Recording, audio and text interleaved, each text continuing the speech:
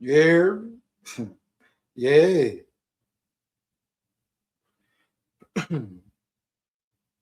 I'm ready. Let's get it.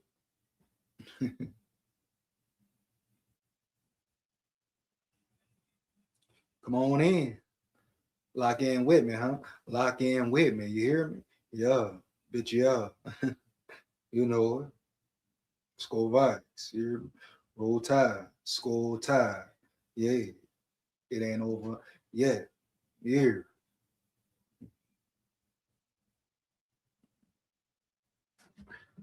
What up? Come lock in with me. Oh man. Just checking out some JJ McCarthy highlights, etc., from the game. Shout out JJ McCarthy, baby, all day, every day. Yeah. Another live, another live. Let's get it. You hear me? Blood Eagle Smiggle in the building. Blood Eagle Smiggle in the building. Skull, bro. No cap. Heavy, huh? Yeah. You know?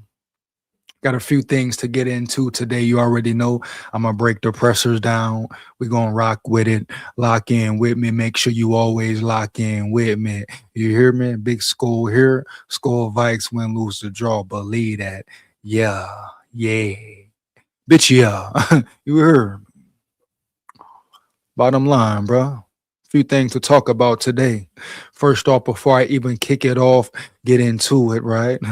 Before I get into it, shout out to the Vikings for taking a small step forward, a good small step. I know some people may say, hey, hold up. How is it a small step? It's more like a big step. I'm saying, no, calm it down, kill that noise, right? I need to see more before I call it a big step.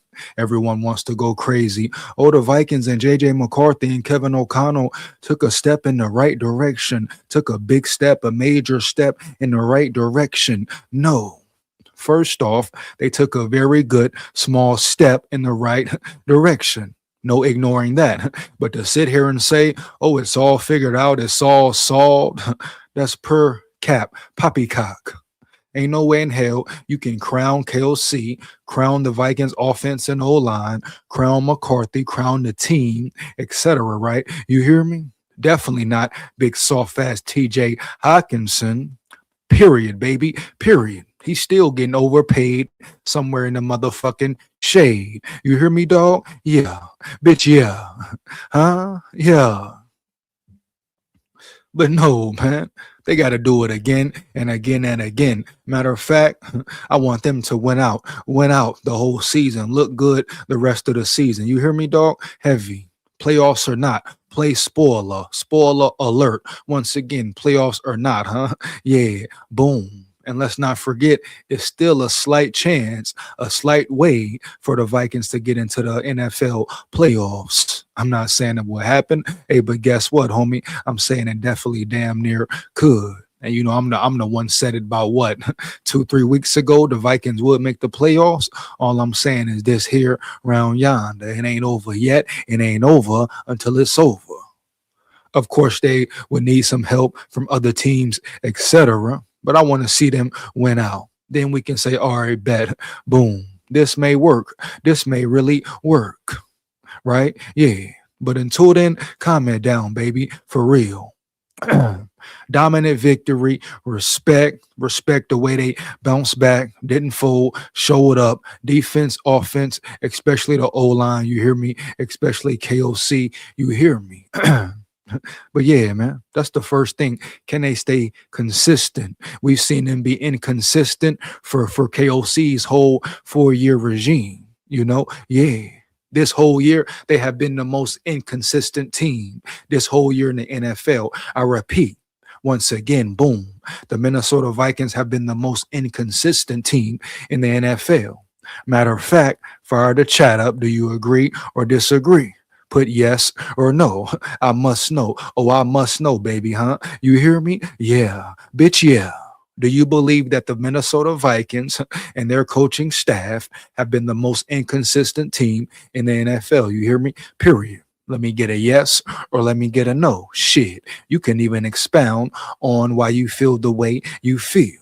Say what you feel, but just make sure it's real, huh? Yeah.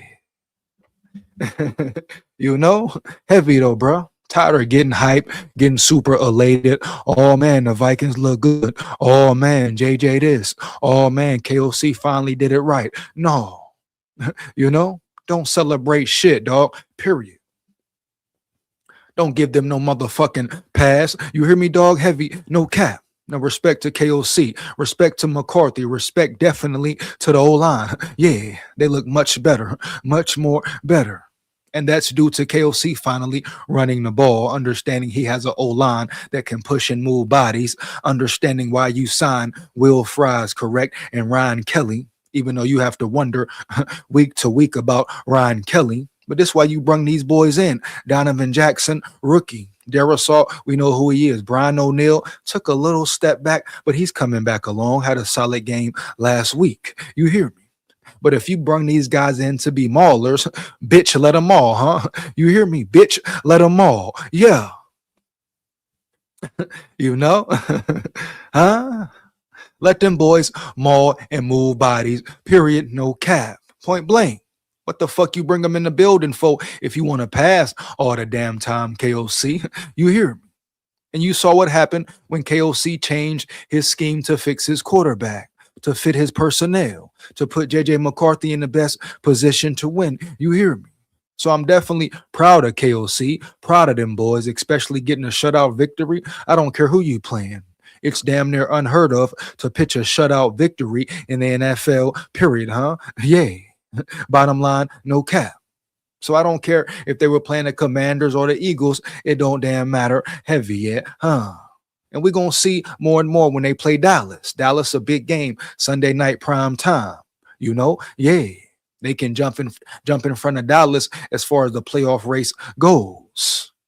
if we're talking about it's still a chance. You hear me? You dig me? You get my drift? But biggest thing is you want to see them go be consistent and do it again versus a solid team, a potential playoff team, period, in a hostile environment. You know Dallas gonna be crazy, turned up, Sunday night football, the world watching, etc. Prime time. Everybody want to see McCarthy. Dallas Cowboy fans thinking they gonna make a playoff run, a playoff push. You hear me? So at the end of the day, it's a big game, a big moment for the whole team. Bottom line, but especially for the offensive side of the ball. Because the defense been holding it down, point blank, period, right? Right. The defense been doing their job on a week in, week out basis.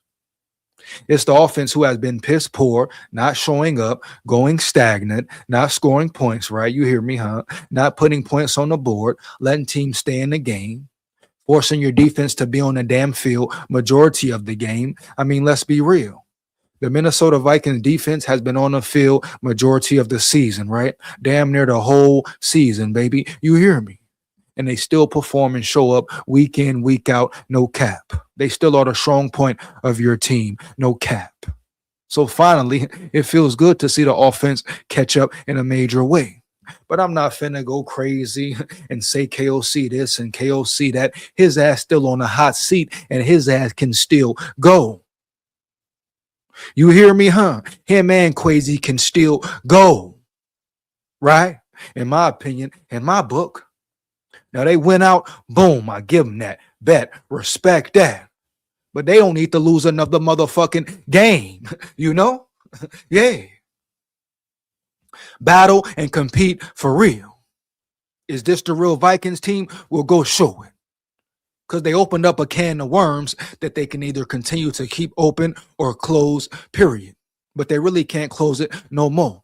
That performance they put on versus the Commanders showed you at what level they can play. They can play at a high caliber. Defense is championship caliber, period. Heavy, bro. Even that game versus the Commanders. And we can say the Commanders is ass, defense is trash, whatever. You put up 31, heavy. Just the way they bounce back as a team, as a whole, period, after getting beat by the Seahawks, in which the defense played well again. Shut the Seahawks down for real. Brian Flores and his defense, right? As much as we talk about this secondary, as I have spoken on this secondary, you can't deny the fact they shut Smith and Jigba down. Period, dog. You hear me, homie? Yeah. That has never happened this whole season. So we have something different in this defense. And as you see, the takeaways are beginning to come. I repeat, the takeaways are beginning to come, right? Yeah. You know? So the question is, I'm not going crazy giving over a massive amount of props to KOC just because they had one really good game. No, been there, done that, baby. You hear me? Huh? Been there, done that for real. Enough of that shit. They need to go prove it. They need to go earn respect. Period. No Minnesota Vikings nice bullshit. You hear me? Oh, let's crown them. Oh, the Vikings are back. Hail to the no. Go do it again and again and again and again. And see where you are at the end of the season. Period, bro. Heavy. You know? If they don't make the playoffs, season already a failure. But how can you build momentum going into the offseason, right? You hear me? Make this season a success? Shit. Go beat some of the best teams out there round yonder. Go undefeated the rest of the way. KOC prove and show that you can change your scheme, that you can continue to call plays that fit your quarterback and come up with plays and incorporate plays for your personnel, period. Can you run the damn ball even when you may not want to run the fucking ball, period? That's the big question, the biggest question, right? For KOC, huh? Period, homie. Yeah, it starts with him. Can he be a consistent play caller? Phenomenal game, phenomenal play calling game for the most part. It was a couple sequences where he got pass heavy again. But at the end of the day, proud of KOC for how he ran the ball. And what did running the ball do? It opened up the pass. It made McCarthy more comfortable on top of having great O-line play. You know, that's the biggest thing. First line of protection. If they don't block, protect, give McCarthy a little bit of time. And I understand it won't always be perfect. And McCarthy showed that he can stand up and deliver a throw in imperfect situations, period, bro. You hear me? He had some all-pro throws. I'm going to get into McCarthy in a segment all alone just for him in a minute. But he had some all-pro throws, baby. Some elite throws, baby. You hear me, huh? Yeah. That some vets in the NFL right now cannot make now, bro, period. Not many NFL quarterbacks can deliver on some of the throws he completes. And that's just the truth, dog. Like it or not, no cap. So that's it, bro. This team has been inconsistent, so I ain't crowning nothing. I'm going to get into the comments in a minute. Comment down. You hear me? Yeah, man. We're going to get into it, huh? Yeah.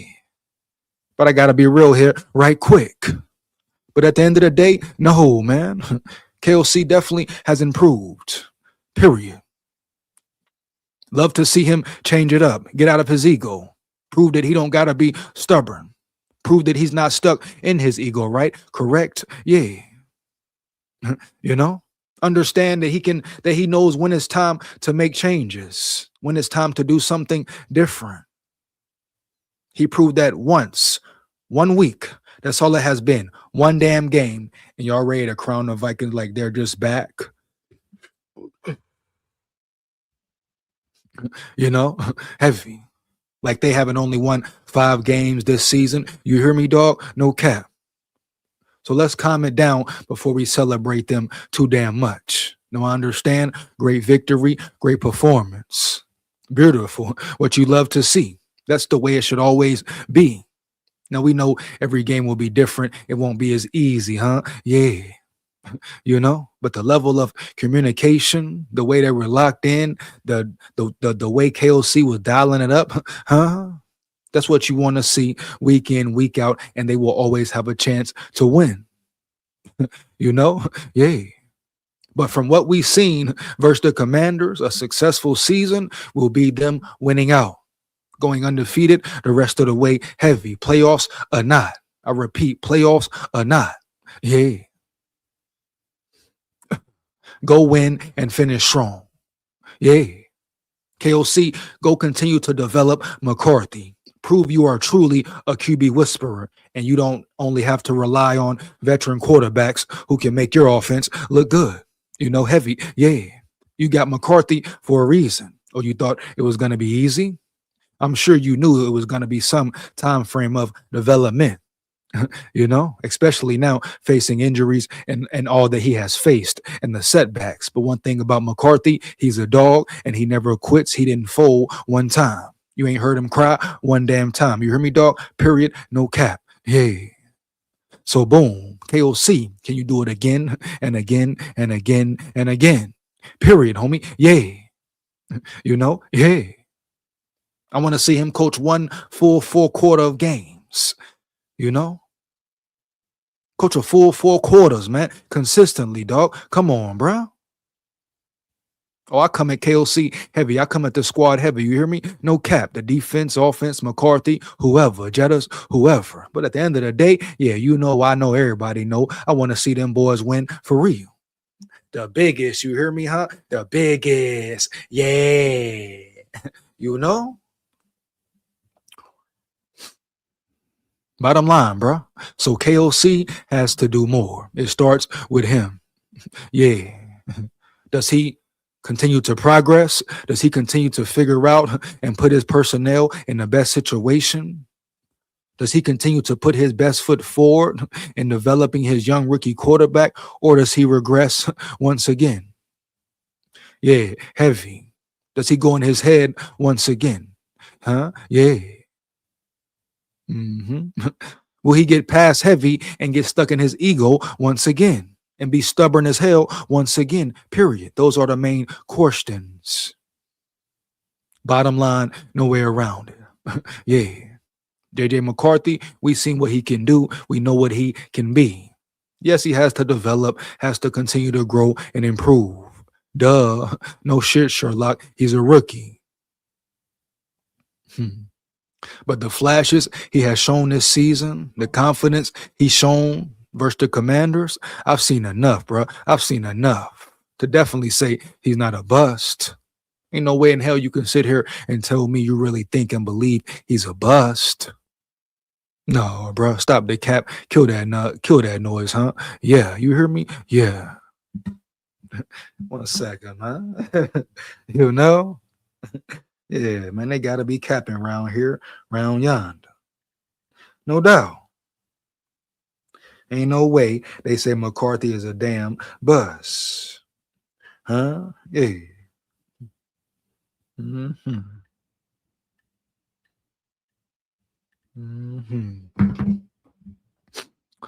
Let's get into some of these comments, man, and we're gonna get into the next segment. We're gonna see who KOC really is. We're gonna see who this O-line really is. We're gonna see who this offense really is, who McCarthy really is. But at the end of the day, it started with KOC whole time. You hear me, dog? Type shit. Yeah. You see what happens when a quarterback creates a scheme? I mean, when a head coach, play caller, whatever, creates a scheme to fit his quarterback. You see what happens? Heavy. And also runs the ball. Period. Yeah, man. Come on, bro. Yeah, come on now, huh? Yeah.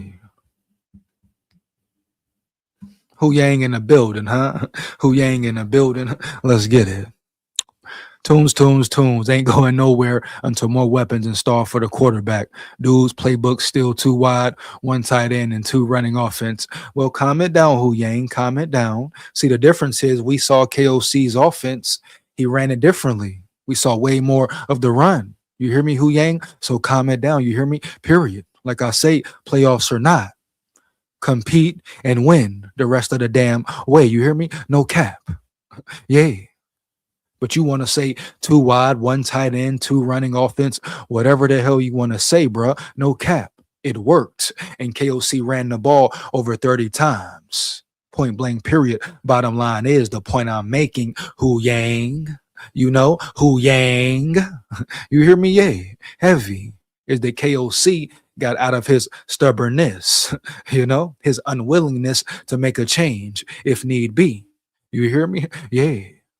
Yeah, man. Him collaborating with his team, with his personnel, with his staff, I'm sure. Probably with even some of the players, correct? Correct. So this the whole point of the new look offense, you know? Yeah. Now he has to keep it going, but the whole point is KOC made a change. Yeah. Yeah. That's the point I'm making here. What going on around here?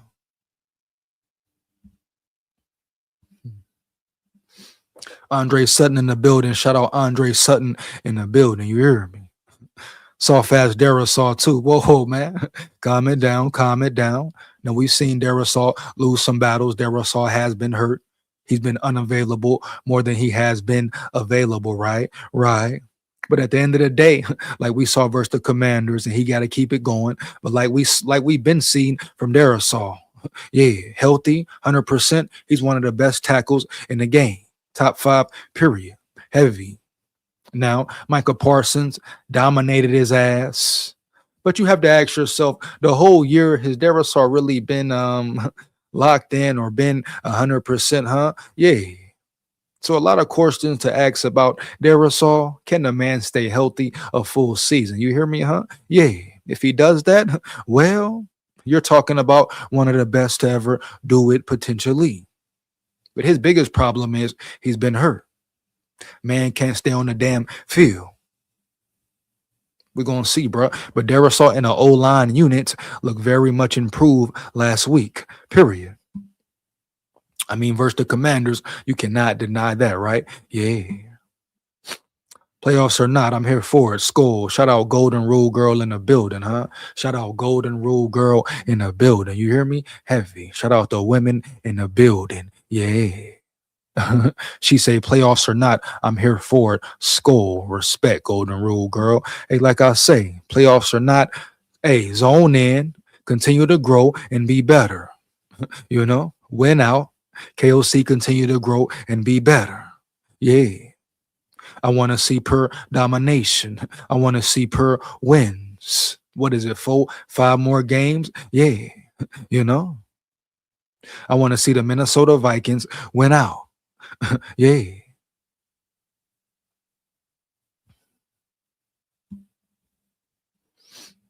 Yes, because KOC inconsistent. Oh yeah, KOC has been very inconsistent. We all know that. That was the whole first segment, right? Andre Sutton, he's been piss poor. Piss poor. That's why I'm not finna sit here and get overly excited because he coached one good game. Now stack a game on another game and stack another game on another game and see where you get, see where we get heavy, see where they get as a team. Then you can say, oh, hey, okay, maybe KOC gets it now. He's getting out of his ego now. You hear me, dog? Huh? No cap. Yeah. He's going to try to really develop McCarthy now.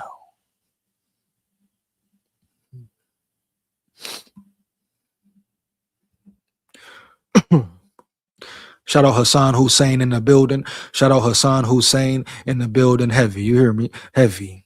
Bro, KOC was playing the Commanders who are not that great. KOC's scheme is outplayed, and defensive coordinator knows what he is going to do. Once again, I understand. That's my whole point, Hassan Hussein, right? He got to keep it going. That's my whole point in saying, can he be consistent, period. Duh. No shit, Sherlock. We know the Commanders aren't a great team. Duh. That's not the damn point. At the end of the day, they're an NFL team. Huh? Yeah, you hear me? At the end of the day, the offense scored 31 points and looked very good and also looking different at the same time. Yeah, like KOC really put the work in to change his scheme and change the way he puts his personnel in certain situations that benefits them. You hear me, dog? No cap. Yeah, that's the whole point, you know? What have I been saying this whole damn time, Hassan Hussein? I'm talking about consistency, right? The lack of consistency, period. Now we're going to see more of who this team is right now versus the Dallas Cowboys, a pretty solid team this far in the season. Like I said earlier, a potential playoff team. They are still in the hunt. No one's saying, oh, crown KOC. Y'all might crown him. Some other content creators or Vikings media or Vikings fans or the NFL might crown him right. Not me. We've been down this road before. You hear me, dog? No cap. You know? So you don't got to tell me what KOC can and can't do or how his scheme is outplayed or not. I tell you what, that scheme versus the Commanders wasn't outplayed at all. And we're going to see how it holds up versus the Cowboys. We're going to see how he can adapt when things get tough in a hostile environment. But like I say, could that have been the turning point? We shall see, man. Time will tell. You hear me? Heavy. Mike Rhyme in a building. Mike Rhyme in a building. You hear me? Heavy. Our problem is we have no identity. You just don't know what team you're gonna see come time each week. Heavy. Once again, shout out Blood Eagle Smeagol in the building. My point exactly, Blood Eagle Smeagol. You hear me, dog? No cap, period, huh? Yeah. That's my damn point exactly. Which team shows up? Yeah. But to be honest, we've never seen that team show up as far as the offensive side ever. The whole year, the whole season, not one game, huh? Yeah. You know? Yeah. We've seen the defense show up time after time, but the offense, we haven't seen them show up and perform that way, dog. No cap. And if you're saying we have, you're lying through your teeth. So that's my whole thing behind saying, "Hey, is this the turning point?" Because we've never seen this before from the offense, and I'm talking about offense as a whole. The main one, KOC. You know, yeah. The whole issue all year, big time moments, he calls horrible plays. He can't coach a full 4 quarters. His offense is not fit for McCarthy. You know, yeah, he's stubborn. He's in his ego. And versus the Commanders, he changed all that. Understand? It's one game. Yeah. But we're going to see, can they keep that identity? Because that was a great performance. Great physicality. You hear me? No cap. Period. We're going to see if that's the real O-line. But you want to be a great team? I don't care what potential you have, right? Boom. Question is, how great, no matter how great you are, can you bring that greatness to the field week in, week out, every week and be consistent as hell? You hear me, dog? Yeah. That's the main question, period. Yeah. That's the main conundrum with the offense. Inconsistent as hell.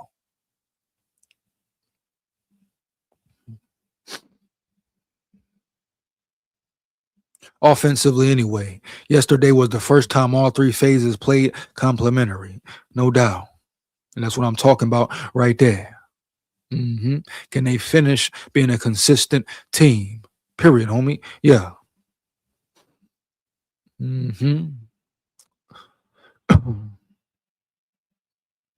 Blood Eagle Smeagol, so true.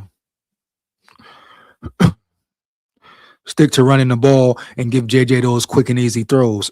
Heavy, no cap, point blank, period. That's all it is, man. Shout out TM33. Shout out TM33 in the building once again, huh? Yeah.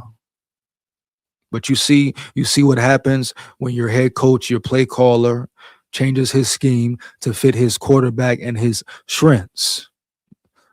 You know, man, everybody talking about, oh, JJ McCarthy can't run an offense.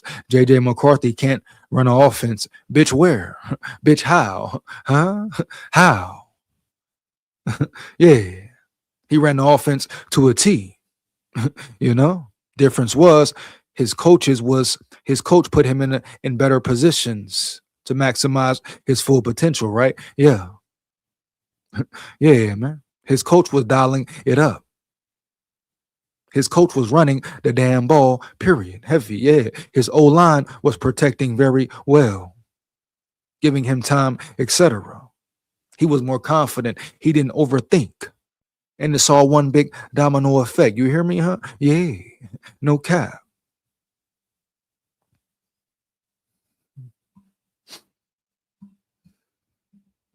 I want to see if he stays with the run. We will see. We will definitely see, dog. Heavy. Takin Tomo in the building. Shout out Takin Tomo in the building. Skol, bruh. Skol, big dog. You know, forever. Yay. Love the Bama Vikings banners. Will Record the GOAT. Ah, yeah, you hear? You hear me? Hey. Shout out Talking Tomo on the building, man. What a train at in this bitch. What a train in this bitch, huh? You hear me? Huh? Yeah. One more again, bro. You hear me? Yeah. Shout out Talking Tomo in the building once again.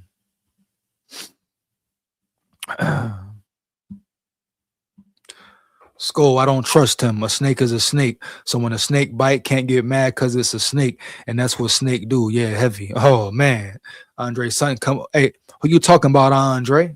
Who you talking about, Andre? Is Andre Sutton calling KOC a snake? Oh, man. Let it be known, Andre. You hear me? Let it be known, big dog. Are you calling KOC a snake? Huh? Yeah. Let it be known, Andre. You hear me? Let's get it, bro. Heavy. Oh, man. Andre Sutton calling that man KOC a snake. Oh man, you hear me, dog? No cap. Oh man. Hold on now. Hold on now. I gotta say that again. He say Skull, I don't trust him. A snake is a snake. So when a snake bite, can't get mad because it's a snake. And that's what snakes do. Yeah, heavy. Oh man.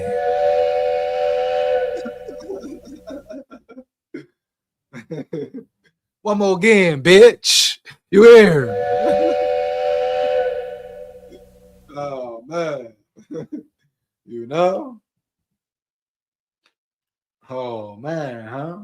Yeah. Oh man. Andre Sutton, it's getting hot up in here, huh? It's getting hot up in here, huh? You hear me? Heavy, yeah, dog. Yeah, bitch, yeah.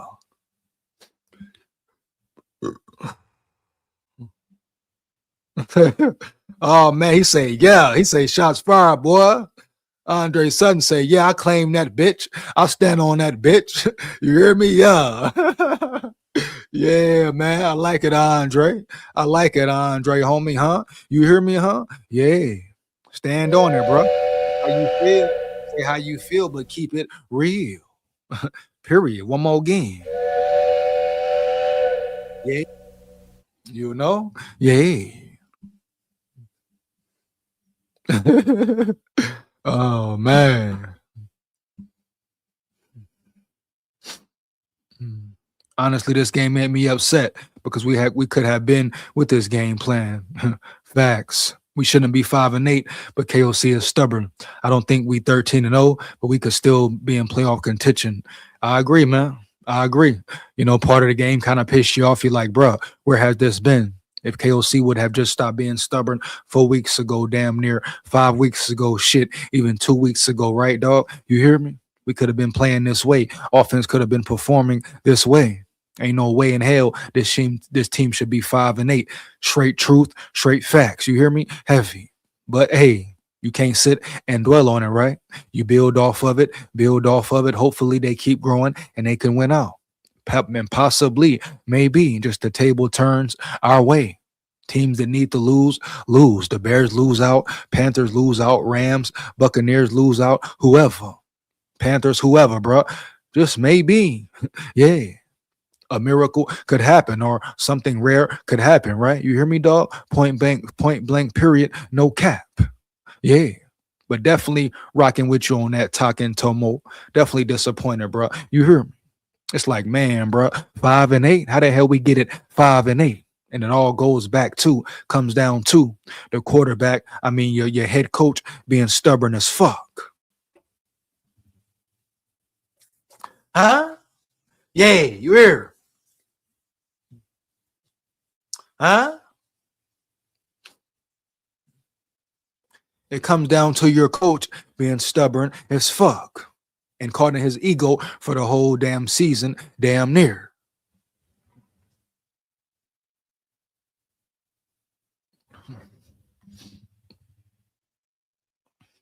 Right? Bottom line, no way around it.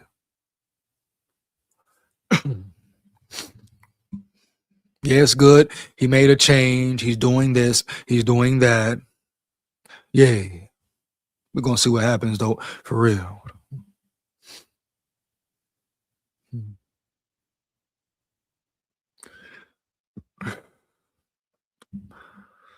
SKOL Vols fired our DC. Watch out, we coming if he makes the right hire. Hey man, roll tide full of pride. You know what it is, man. You hear me, homie? You know, yeah. At the end of the day, for real, Andre, right? I could give a damn care less who y'all defensive coordinator is, etc. Bro. Boom. Roll Tide full of pride. Respect. Shout out to the SEC, but it's Roll Tide full of pride. You hear me? No doubt, no cap. Yeah. Yeah, man. Like I say, see you next year in October, huh? Yeah. Bitch, yeah. Oh, man. You know? Shout out Andre Sutton in the building, though, man. Yeah. Nitro Border in the building. Nitro Border in the building. Yeah. Let's get real with it. Good to see McCarthy have a much better game, but he still did not look like a starter in the NFL. Got to develop him out of his deficiencies. Hold up, Nitro Border. Hold up, Nitro Border. Huh? Yeah. Now we know he needs improvements, got to make improvements, etc., etc. But you can really sit there and say, after that McCarthy performance, right? You don't think he can be an NFL starting quarterback? You know, if that's how the old offensive line performs week in, week out, or for the majority of the season, if that's how KOC coaches majority of the season, you don't think moving forward, JJ McCarthy can be a real NFL quarterback? Of course, implementing new techniques, working on his craft, etc. But are you kidding me though? His arm alone is crazy. Did you see some of the throws he made? Did you see the crazy corner routes, corner throws he completed to Addison, bro? Do you hear me? And you can sit here and say you don't know if he's not an NFL, that he's an NFL, if he's an NFL quarterback, bro. Are you kidding me, huh? Yeah. Come on now.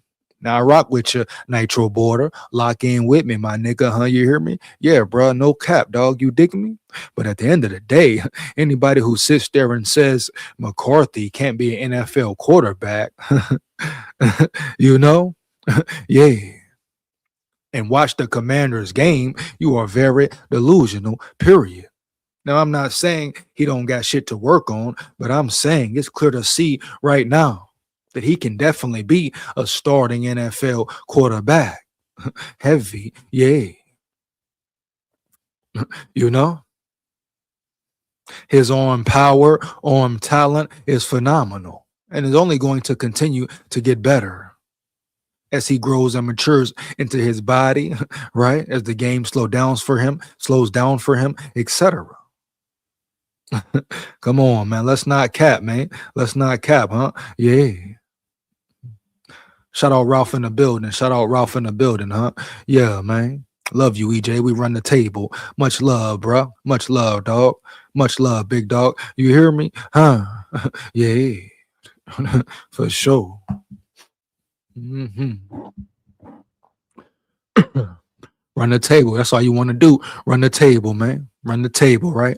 Playoffs or not. Let's run that bitch. You hear me? Yeah. Mhm. How the O line look at as in penalties? Um, Might have to check that stat out, Andre. You hear me, huh? Yeah. Definitely seemed like it was a more cleaner game this time around. You know? Yeah. Mm-hmm. Mm-hmm. Matter of fact, let's just see right now. Fuck it. Two cans in a bucket. You know? Let's just see right now. You hear me?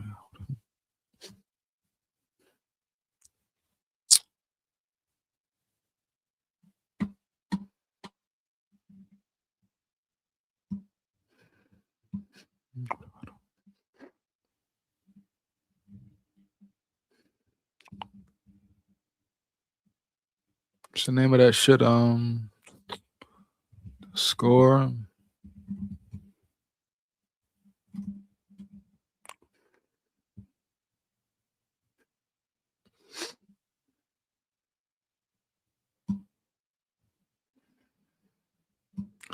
Let's see what penalties, how many penalties the old line had, how many they had, bro. Let's get into it. You hear me? Yeah. Mhm. Mhm. Mhm.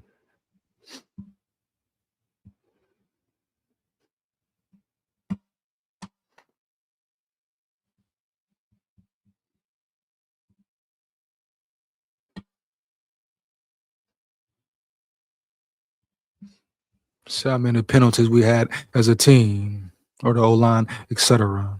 Here we go. Mm, Rushing yards. Minnesota had 162 rushing yards. Period. That's what we need, homie. Heavy. Shout out to the O line. You hear me? Heavy. Let's get it, bro. No cap. 151 passing yards. That's the way you win. You can win like that. You can win like that. And I think Kelsey finally understands that, correct? Yeah. Penalty yards. The Vikings had, damn, what? Three penalties, only three penalties for 24 yards. Is that correct? Heavy.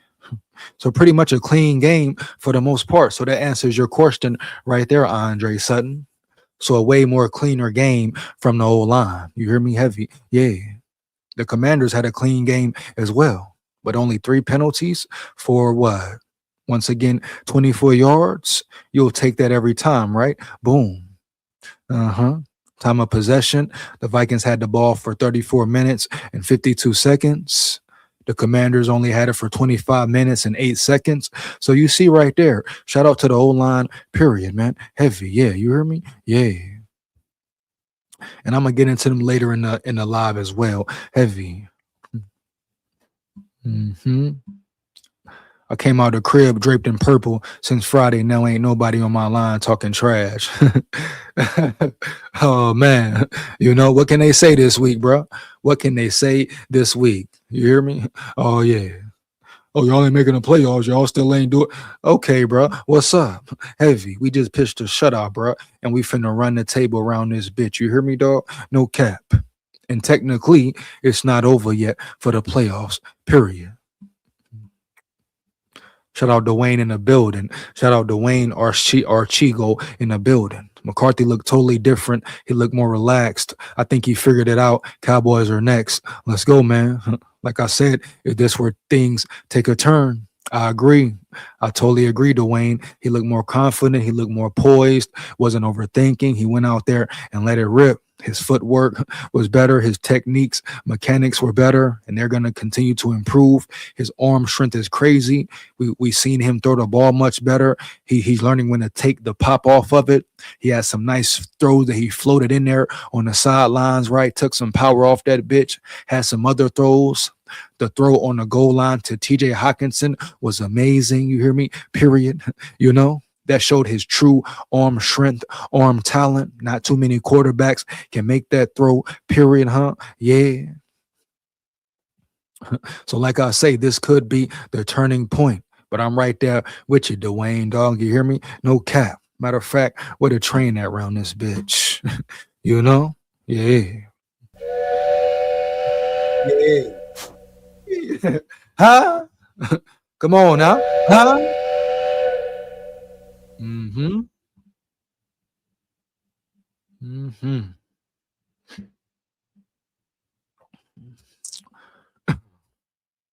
Metro board in the building, heavy.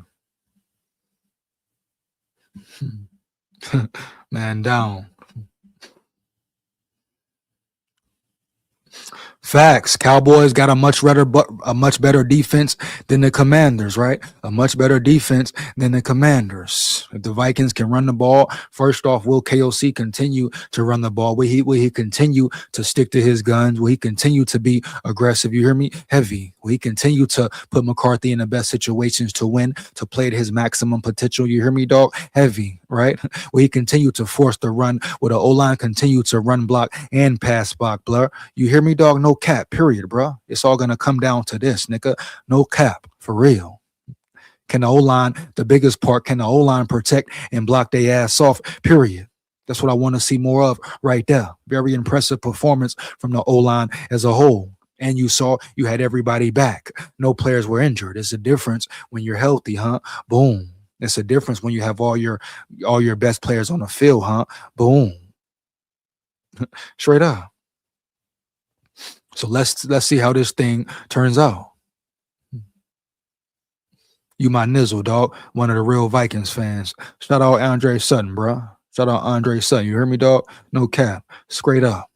Where the train at? Yeah. Huh? One more again. Yeah.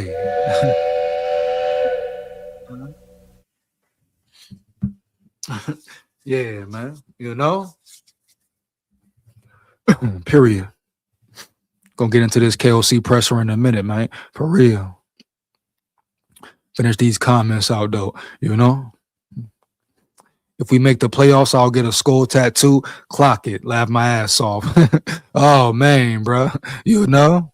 Be some crazy work right there, man. Crazy work, you know? Yeah. But guess what? Talking Tomo. It starts with the Vikings winning out, period. Yeah. The Vikings handling that business the rest of the way from here on, period, huh? Yeah. Skull, that's what DMX said. RP to DMX. Can't get mad at the snake when he strikes, you dig? Rest in peace, DMX, bro. Legend for real, huh? You hear me? Heavy. Top 5 for real, huh? Forever. Heavy, huh? You hear me, dog? Yeah, period. I had to throw that at you, Vol Nation, third week of October. Only me and you know about the third week of October. Big game. Yeah, heavy. You know what it is, Andre. You know we lighting them cigars up, baby.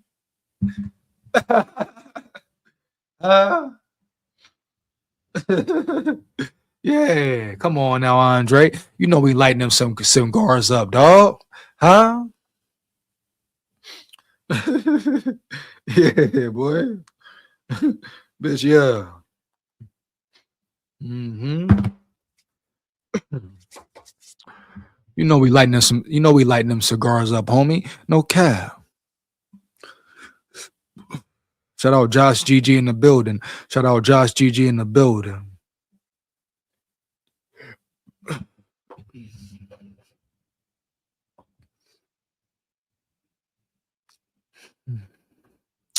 Shout out Josh GG88 in the building.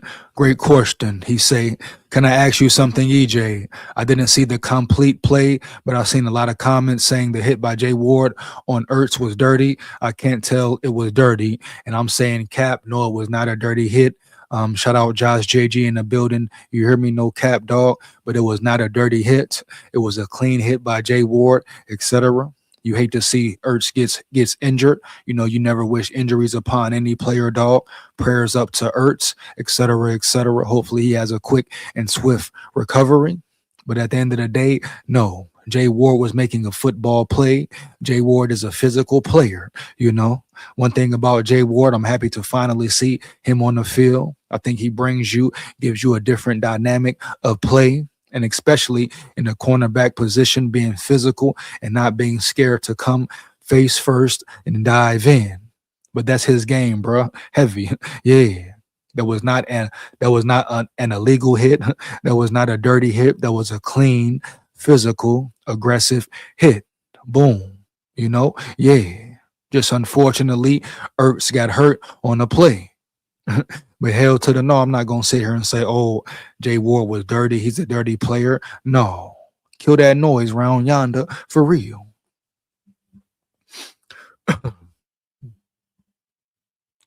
I feel like there's hypocrisy in the whole complaint of the thing. Big facts. Yeah, big facts, bro. For real. All cap. Poppycock. You know? Shout out TJ in the building. Shout out TJ in the building. You hear me?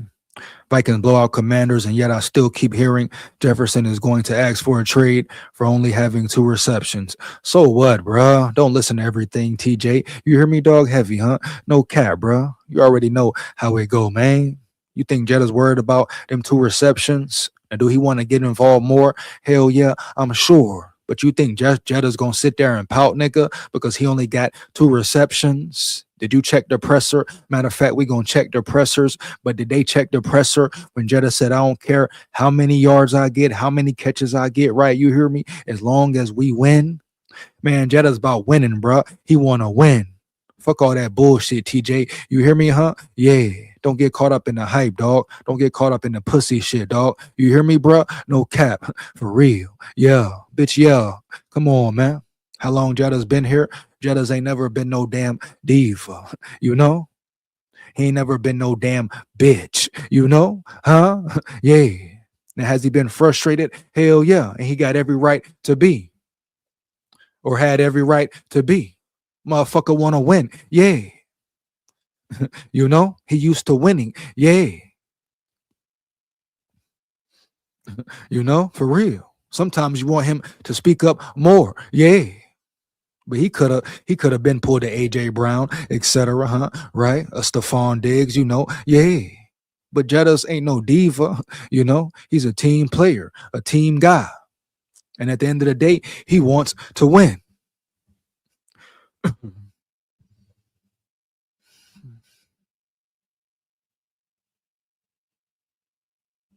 Wow, man, that's trippy, bro. That's trippy, dog. You hear me? I got a video coming. I got a video coming saying this, saying just that. TJ, you hear me, dog? No cap, bro. Huh? Heavy, heavy, bro. Heavy, bro. Period. Man, I've been thinking that same thing for weeks, dog. You hear me? No cap. Very similar aspects to their game, strong arm, etc. Dog, huh? Boom. Yeah. Hey TJ, let me know what made you say that, bro. You hear me? What made you say that heavy, huh? Yeah. Or did you see that comparison somewhere? Yeah. You know? But yes, dog, definitely a major comparison. John Elway, but better. John Elway, but more athletic. John Elway with a stronger arm, huh? Heavy, dog. Yeah, don't worry about it. Video coming soon. Boom. Yeah. Big facts, though. But I'm very interested. TJ Martin, is that something you've been thinking or you saw that somewhere, dog? Let me know, huh? You hear me? Yeah. Oh, man, bro. That trippy as hell, though. Swear. Swear, man. Been thinking that for a minute now, man. No cap. Definitely a John Elway, but better. A John Elway with the potential to be more better, with a stronger arm, bro. And John Elway was known for having one of the strongest arms in QB NFL quarterback history. Straight up. You know? Great comparison, man. Hey, that's crazy, though. That's trippy, dog. For real. You know? Straight up, man. For real. Definitely, man. Like I say, got a video coming. Stay tuned. Definitely a great comparison, though, man. You hear me? No cap. People saying it was a dirty hit. What can the DB do then? Can't hit high, otherwise it's a penalty. And if you can't hit low, then what? Let the receiver catch the ball first. Heavy, bro. Facts. The ball touched his hands. Boom. You know he went low. It's part of the game, part of what it is. Period. I mean, you can't get mad at him, bro. For real.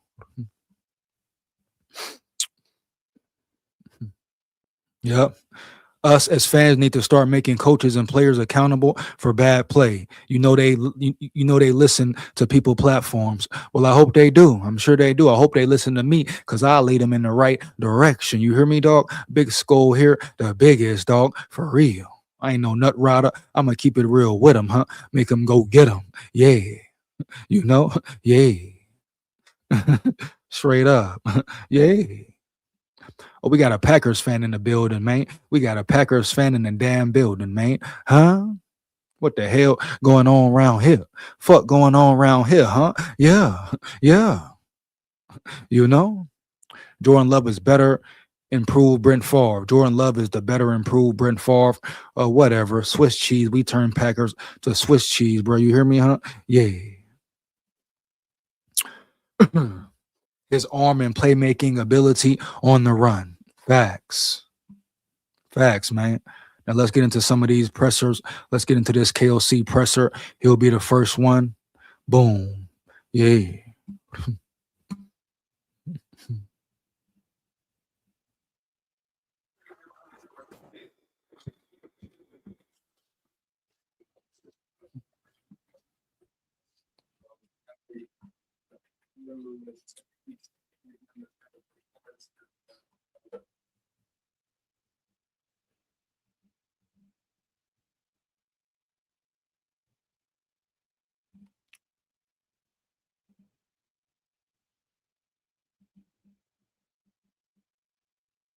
The hell?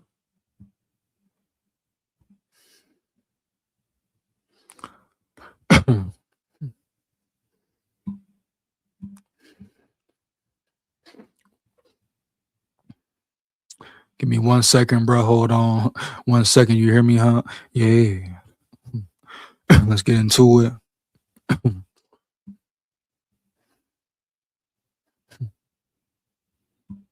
Don't worry, we coming, bro. Don't worry, we coming, bro. You know, yeah. Talk to him, Andre, huh? Talk to him, dog. Yeah, huh? Yeah.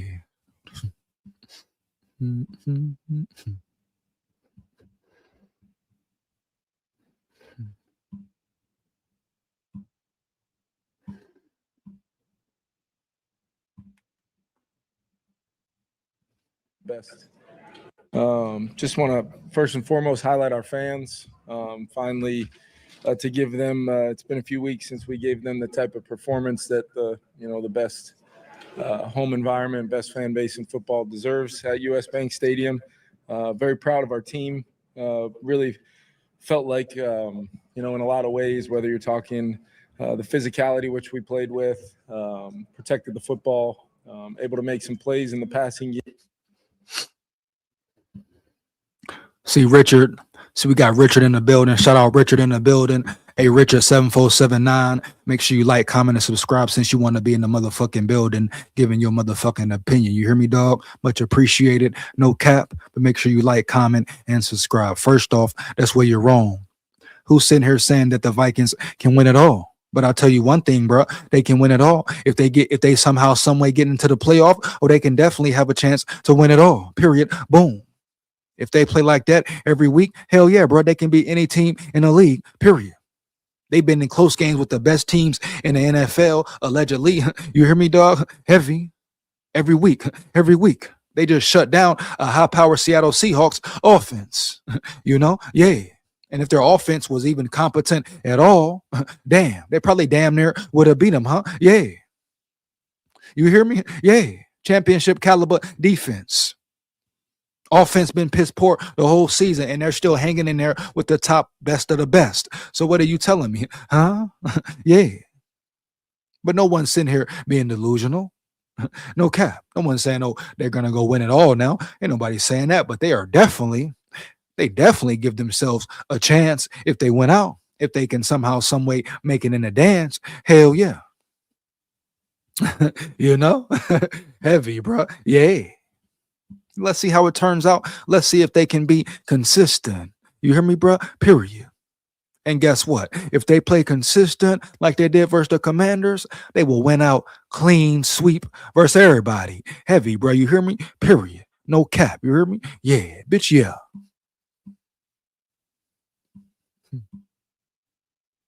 Shut your bitch ass up, Richard. You hear me, homie? Heavy. Who your squad is, boy? Who your squad is, boy, huh? Yeah.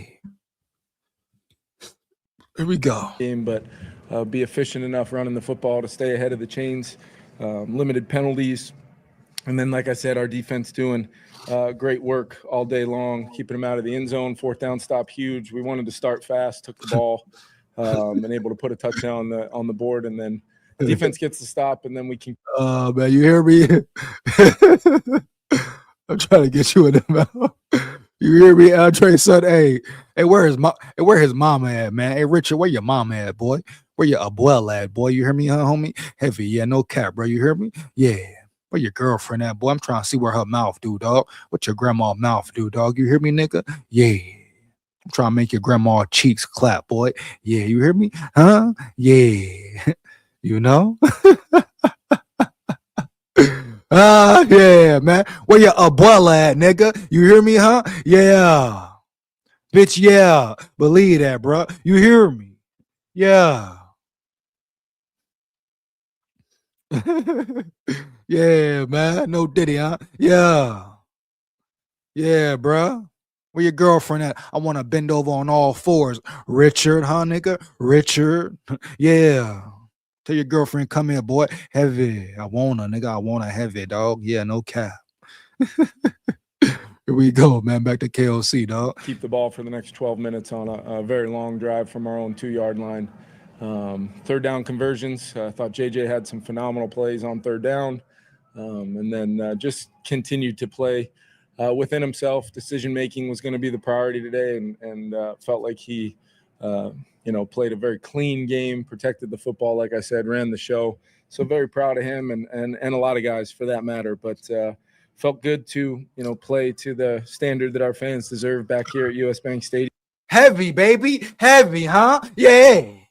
The fans deserve it, baby. The real fans. The biggest, KOC. The biggest. You hear me, dog? Yeah. And guess what, KOC? You hear me, dog? If you only knew how proud we are of you, heavy. Hey, shout out Packers gamer in the building. Shout out Packers gamer in the building, huh? You hear me, dog? Yeah. Much love, Vikings. I subbed.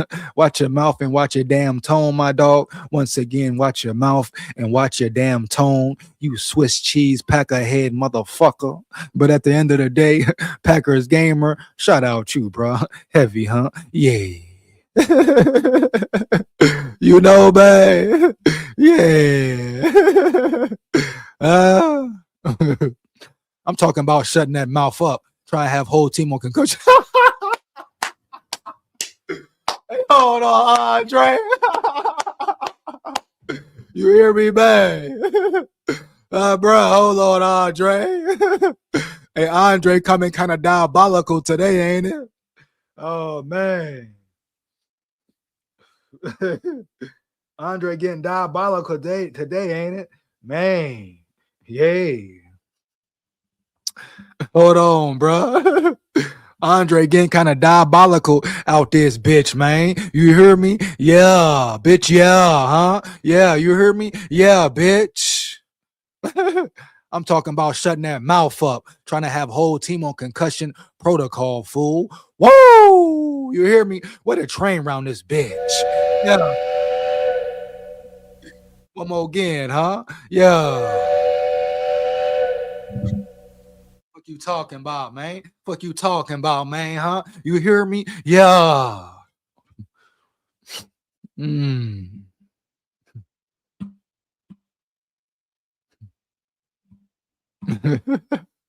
Yeah, man, you hear me? Oh man. He said, I love to bar fight. I talk shit all day and back it with facts. Get at him, Andre. Get at him, Andre. You hear me? Huh? Woo, woo. Let's go, man. He said Dre on demon time. He wildin', ain't it? He wildin', ain't it? Bitch, yeah, you hear me? Ralph say, call it like it is, EJ. My dog Ralph, bro. My dog Ralph, bro. You hear me? Yeah, dog. Yay. My dog Ralph in the building. You hear me, dog? One more again, bitch.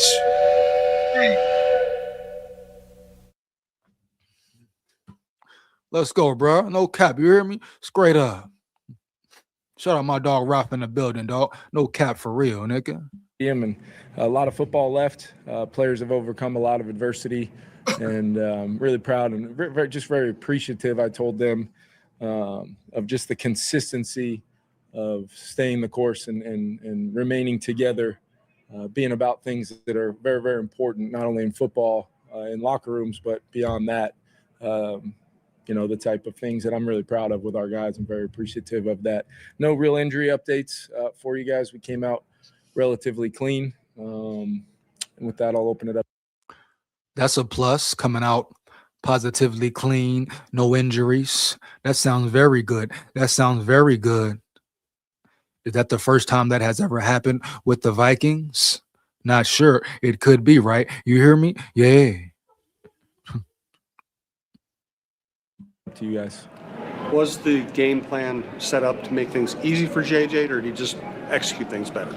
I think it was a combination of JJ's execution, staying efficient. We used some different, we had some different looks early on in the game to try to, some change ups to maybe some things we've done either personnel wise or schematically, and just tried to, get off to a fast start and then get a little momentum in the game. Allow our defense to play with a lead and then eventually force some turnovers and then try to see if we could stack. Well, it started with your better play calling, KOC. That's the first thing, you know. I know you like to say we, but it started with your play calling. You hear me? Period, dog. No cap, huh? You hear me? No cap. Heavy, huh? Yeah. On that by just staying the course and protecting the football and playing smart. But I do think the situational football is probably not going to be talked about. But when you run the football efficiently, that's great. But you're going to have some third downs, and when you even some third and mediums, 3rd and 11, and whatever it was when Justin converted on kind of in the field goal range there, and we Talk to him, Andre. You hear me? Talk to him, dog. You hear me? Much appreciated, big dog. Straight up, no cap, man. SKOL territory, SKOL Vikes. You know what it is, huh? You hear me, dog? Yeah, bitch. Yeah, you hear me? Yeah. convert on that. It has to pair together with being situationally sound if you're going to play a physical kind of run style of a game, and that's where JJ, I thought was phenomenal, especially with some pretty good ops there in the first half. What goes into the decision to receive from the outset of the game? It's kind of a feel thing. Just it'd been we wanted to a big point for the week. Shout out Packer Gamer in the building. Shout out Packers Gamer in the building. Says just shared on my Discord. Much appreciated, big dog. You hear me? Heavy. Yeah. Was starting fast, Alec, in the game, and sometimes that means putting your defense out there and getting a stop. But when you take the ball, it allows really 2 phases to start fast at the same time. With the new kickoff rule, Jug, Miles with the really nice return there, and then before you know it, when you get a return like that, if you can sustain and get that first down, now you at least have the field position on your side. But obviously, the goal is to go in there and get 7 points to start the game and kind of lift the building in a lot of ways where we avoid. How long it takes a beginner like my dad to go from beer belly to get ripped again. Shut your ass up, punk ass. Any sort of feeling of when you're in the midst of struggle, it's very easy to let your mind, either on the field or in the stands, to let your mind kind of wander to here we go again. And I just didn't want to allow it and trusted our guys to get off to the start that they did, and then we were able to sustain for the rest of the day. But I thought the defensive stop down there in the low red zone on the 4th down, and then to drive at 98 after that, and one of the longer drives I think of the season in the NFL, was a pretty unique way to start fast. It wasn't necessarily explosives and throwing the ball all over the yard, but very efficient. I was really proud of the guys the way we did that. Tight ends are pretty active early on that first drive. Yep. Throughout, really. Intentional, or sort of how the defense was just there was parts of the plan where, in many cases we had 3 of them on the field. We had 2 and CJ on the field. We just wanted to be versatile in how we kind of attacked on the early downs and tried to see if we can, have some. Yeah, Kale was very versatile. The way he attacked with different looks, etc. He never became predictable. Kept the defense on his heels, off guard. That's what I'm talking about, bro. Play calling. Question is, can he be consistent with it against a better team? Period. But yes, man, exactly correct. Showing them different looks, short pass game, quick pass game. Then boom, JJ McCarthy stepping back, completing some deep throws, but having balance. Boom. That's the key, bro. You hear me? Period. It all started with KOC and his play calling. I repeat, it all started with KOC and his play calling, which was well improved. Wherever he went mentally, wherever he wants to go mentally, he needs to stay there and come in prepared every fucking week that way, dog. Correct? Correct. Early down success, running the football out of those groupings, and then pairing that with some kind of just schematical ways of trying to get some easy completions. And then, ultimately, then you still got to execute on 3rd down, which when, we get into those normal 11 groupings, or if we're in 12, we obviously feel great about those groupings as well. But just trying. Packers Gamer, stop the cap. I repeat, stop the cap, bro. Heavy, you hear me? Heavy, huh? Yeah, you hear me, dog? Yeah, bitch, yeah. No, we should have not kept Sam Darnold, dog, period. No cap. Yeah.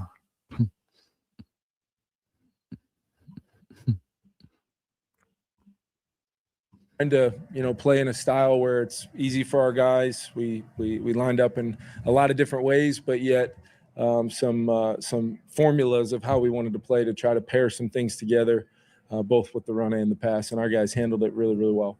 JJ works back, starting to the left, and then works all the way back to Josh on that touchdown.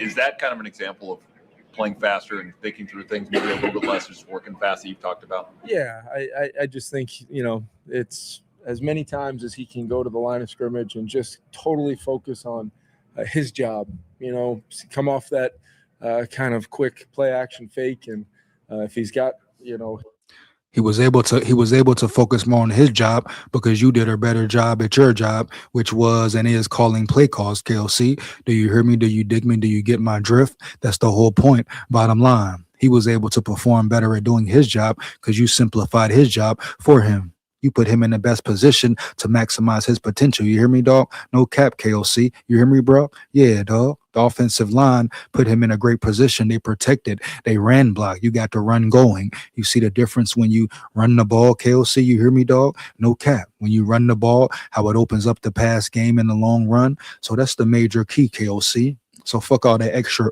rhetoric. You must understand that you must stay consistent in being a solid play caller. Whatever scheme you came up with, I understand every week is different, right? But at the end of the day, boom, it needs to look very similar to that. Y'all ran the ball how many times? 30 plus? Boom. Keep it going. Keep it going. You hear me? Period. His eligible at the top of his drop, pull the trigger and throw it. Be decisive. But if you don't, get your eyes backside. And we caught man coverage on that, and J.O. was able to kind of slip off of block and be uncovered. Kevin, you talk about the decision-making as a priority for the week. What was your immediate takeaway on how he did with that? Yeah, it just, when JJ's at his best, there's conviction. You can feel it in his fundamentals and technique pair together because he's got conviction on what he's going to do with the ball. And there's still some, there's going to be 1,000 things we'll look at and, foot placement here and all that stuff. But part of the mentality of where I want him now. Packers gamers, see, that's where you don't know enough about Minnesota Vikings business to hop in Minnesota Vikings business, bro. You hear me? Point blank, period, right, dog? No cap. You hear me, dog? Let me expound for you, you Packers loving motherfucker. Yeah, you hear me? Huh? Yeah. Where your abuela at? Where your grandma at? Where your mama at? Where your girlfriend at, bitch? I want them all for real. Yeah. First off, we went 14-3. So what, dog? You saw what happened to Sam Darnold in the playoffs. No cap. I know it wasn't all his fault, but at the end of the day, you saw how Sam Darnold responded in the playoffs. Huh? You hear me, homie? Yeah, heavy.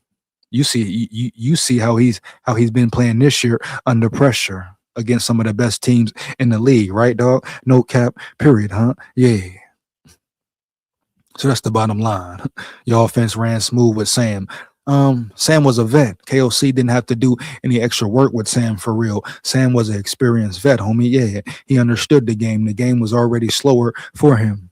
KOC just had to put his sprinkles on Sam Darnold. You hear me, dog? No cap. Give him his secrets, etc. He didn't have to develop Sam or nothing like that. JJ McCarthy is a rookie quarterback. And at the end of the day, every quarterback is different, right, bro? Period. You put your quarterback in the best scheme. JJ is one type of quarterback. Sam Darnold is a different type of quarterback. Period, bruh. For real. And while JJ is still growing and continuing to grow, it's KOC's job to put him in the best position to perform at his highest level. Just like he did with Sam Darnold in offense last year. Two different quarterbacks. Period. Yeah. One's a rookie, homie. Heavy, bruh. Only got 6 games of experience. Yeah. So it starts with Kevin O'Connell doing his job and playing his role well as a head coach / offensive play caller, period. Boom. No. JJ doesn't suck. JJ is not a bust. You saw his arm talent last week versus the Commanders, huh? Period, homie. Yeah. And you will continue to see it. Bottom line.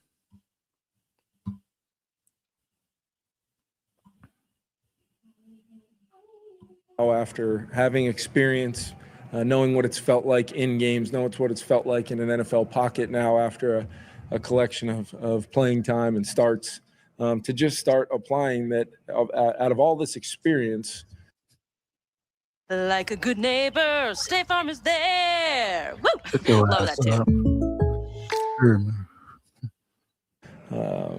you can hopefully take from it that the success comes from the simplicity of making sure the starting point of doing my job, I check that box, because it's hard enough to play. If you're then adding variables to the starting point of if they do this and his mind, he's very much a guy that wants to play the mental game within the snap, and sometimes he can simplify it for himself within just the play that's called and setting his feet and eyes to number one. Hey, Andre on one, man. Andre on one. You hear me? Andre Wilder, dog. Yeah.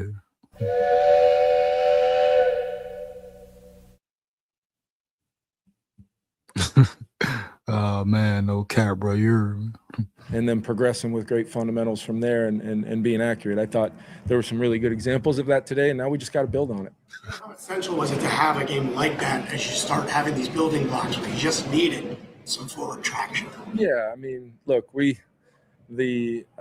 told the players, as a whole, they've heard me talk a lot this year, and they've heard me talk a lot, and try to continue to make sure guys understand that I'm aware. I do believe I have a decent amount of awareness to my leadership style and ability, and I'm first and foremost aware of where well, I hope you are aware, bro. Period. No cap on heavy. I hope you are aware, KOC. And the Commanders game might have proven that you are very aware of what you do or don't do, huh? You hear me, dog? Period. No cap, huh? Yeah. Stretch of games like this can allow anybody to go, and the noise and the things are absolutely justified. But when in doubt, we get to work every single week towards a 60-minute opportunity, regardless of anything that's transpired before, or as I told him, anything that will transpire from here. We get this opportunity to make sure that we are, proving some growth, that through adversity, I think it's the best grounds to have that growth happen. But you still have to go do it, and you still have to have a team that stays together through all of this. And it was good to win a game. We needed to win a football game, and the guys came out and did that. On that 19-play drive, just how rewarding is that for an offense? Had some struggles the last 2 weeks, but then to put it all together. Dale Macker in the building. Dale Macker in the building. Let's get it, bro. Hey, make sure you like, comment, and subscribe, and hit that bell. You hear me, Dale? Since you all up in this bitch, want to talk your shit and run your shit, nigga. You hear me, dog? Make sure you like, comment, and subscribe. You hear me? No cap. He say last place Vikings. All right, bet. You right. It's all good. Talk your shit, but guess what? We coming, nigga. We coming. You hear me? Yeah, bitch, yeah. Huh? Yeah. Shout out Ralph in the building. EJ, how do you feel about Dallas Turner? Well, I feel like Dallas Turner is coming along, baby. You hear me? No cap. Took him a little bit of time, but yeah, I have no doubt. It's no doubt in my mind that he will be a superstar. Huh? Yeah. It's no doubt in my mind. I repeat once again. Yeah. That he will be a solidified, certified superstar. Long as he keeps his mind right, keeps it, stays focused, continues to put the work in. Hell to the yeah, bitch. Yeah, you hear me? Dallas Turner is coming along, and he will be a superstar and an elite player in the NFL, period. Yeah, man. Come on. Sometimes it just takes a little longer for other players, but he has all the physical attributes, the physical talent. You hear me? Heavy, dog. Yeah. The long arms, etc. He's a real football elite edge rusher, elite football player. He has to continue to grow and work on his moves, but at the end of the day, he's gonna be just fine. Super elite, super talented, no cap. Yeah. Together in that. Yeah, I think it kind of highlighted the possibilities of. I think we were 5 of 5 on third down on the drive. We stayed relatively efficient, even though maybe we didn't have the explosive run throughout.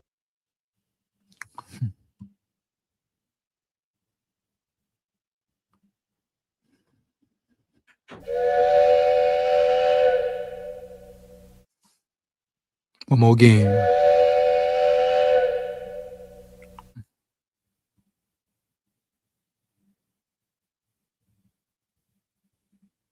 But we still, we're able to stay efficient, keep those third downs somewhat manageable, make some pretty relatively routine throw and catches that were good to see those hit and stack plays on top of that. It was a stacking positive play kind of day, and just making sure that it was about what the Minnesota Vikings were doing well and consistent, which has been a big theme this year, whether it's penalties, whether it's turnovers. We just haven't had enough sustained times. And I think we've had a couple home games now where we've been able to get a pretty significant lead by doing a lot of those things, especially early on in the game, and then allowing the defense to have some ops at potentially taking away the football. And then for this team, when we're sustaining that and running the football and being good on third down, we have the ability to eat clock. We have the ability to protect the football and get points the majority of the times we touch it.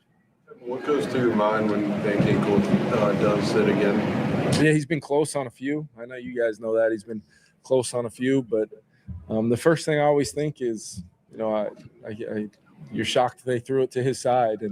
But it's part of offense. They're just trying to have answers for some of the things that we present schematically. But it was great to see. It was absolutely great to see. Coach, when you talk about the growth of JJ from the beginning of the season to where he played today, at a phenomenal game, how would you like to see his growth moving forward towards thinking about the end of the season? Yeah, I think when when you have examples of things that you hear a lot throughout the week, you have examples of real examples out on the grass with those other 10 guys in the huddle, and we're off on the sideline, and no matter how much I yap into that headset, it's still him out there hopefully absorbing the feeling of what winning football can be for our team when our quarterback plays winning football. And that's what he did today, regardless of statistics or anything like that. He played winning football. He protected the ball. He made throws situationally. He made some chunk throws on some of the early downs. And even though Washington was kind of live in a world where they were going to not allow us to potentially get the ball down the field, we had some ops if protection allowed. And on a couple plays, we didn't, maybe we didn't hold up, or maybe it was an NFL pocket that just didn't allow it. And we not only survived the down, he made some plays with his legs. He checked the ball down a few times, and the ball just kept going forward for the most part. So still going to be some stuff that we'll absolutely be coaching. And he's been tireless the way he's worked all year long. But now we have yet another example of not just the game in the opener where we have a divisional comeback late. We go to Detroit and do a lot of the things we did today as a football team, and we're able to win in a very tough place to play. Now we have this example. So if we can keep stacking not only positive plays within the games, but stacking the feeling of what winning football is, I think it can be. Yeah, that's what it's definitely about, man. Consistency and being and staying consistent, period. Growth for all of us as we keep moving forward. Is there one play today you would highlight to demonstrate what JJ did well today? I think there's really two. The last fourth down touchdown to TJ was, they're playing kind of a split safety look. Justin Jefferson does an unbelievable job outside releasing on the cloud corner, which opens up the window for TJ. But JJ's got to trust that thing and locate that football. Accuracy in the low red zone put us in the end zone right there. Decisive decision, kind of the intent of the play if we got the coverage that we did, and then we had some answers within the play if we didn't, but just decisive. And then I would say, I think back to, I don't remember what the D&D was, but Jordan Addison on a third down had a long completion where JJ, that was not his first progression. Justin Jefferson got taken away, and he throws a pretty nice leveled kind of drive throw to the void, and realizes that Jordan Addison's going to go get that ball for him like he did, which was a critical play on that. I believe it was on the 98-yard drive. Deep out left? Yeah. And basically the same one from the Chicago game that landed short of Jordan. I know it looked the same. Similar route, kind of more of a drop back third down kind of concept. But yes, that's a good observation. Similar route that played out, a little bit different coverage with kind of a zoning defender out in front of Justin on a route, and then you got to layer that ball up and over. But the layering of the ball, feeling that space, finding it in rhythm, those two plays jump out for sure. The first touchdown to Josh. The pass that McCarthy threw on the goal line to Hawkinson was damn more impressive than the corner route he threw to Addison a couple times, bruh. Elite arm, elite high level arm, period, dog. No cap, straight up, yeah. I mean, the first kind of handful of passes, was that an example of this simplifying things? No, I mean that's what I loved about that, and Mark, and I think schematically we can spend all afternoon if you guys want to going through what he's being asked to do on plays and things like that. But really, it's just a matter of him being decisive. The first completion of the day to Ben Sims. We're trying to throw the ball to Justin Jefferson. They took it away. How clean can you be with progression football, and put it in play? And that was a big play to get us a new set of downs, turn that thing across the 50, and then keep playing.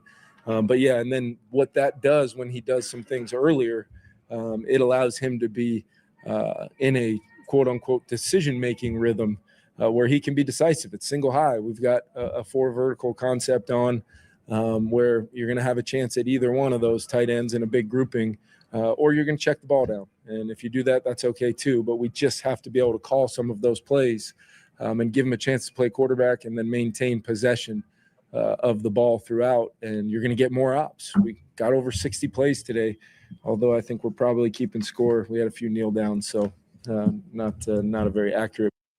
Over 60 plays, definitely time of possession, controlling the clock, running the ball. As you know, the Vikings ran the ball, 30 times, 30 plus times? That's what you need. That's what we need. Prime example of KOC adapting and adjusting to who his quarterback is, period. And he's proven he can do it. Now, can he prove it again and again and again and again? You hear me? No cap, dog. For real. Portrayal of the total number of plays. So Justin, go ahead.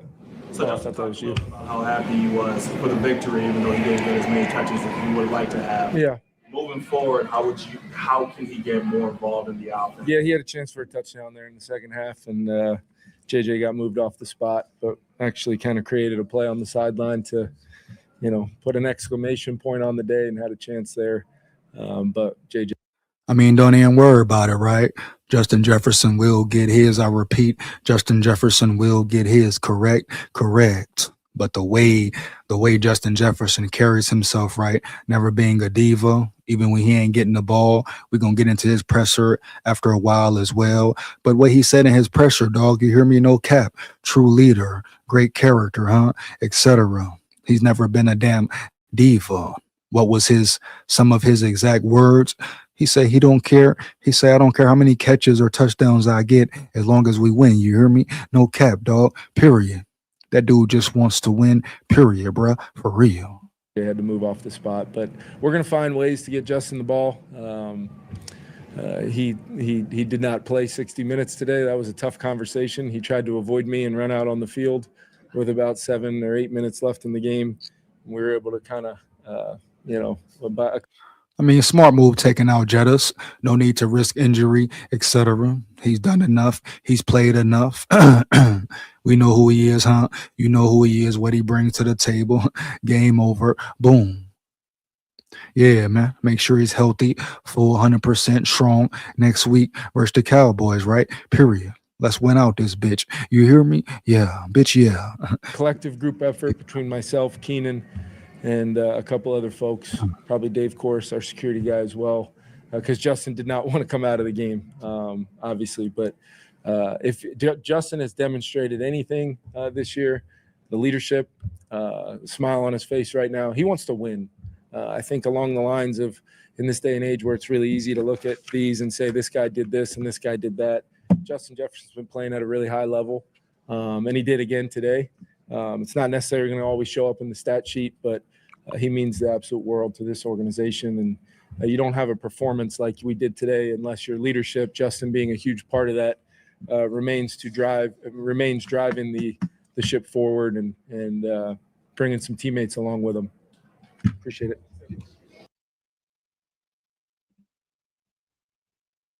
That's Jimmy Stein. I'm Clint Lamb, and this is the. Let's get back to this next one.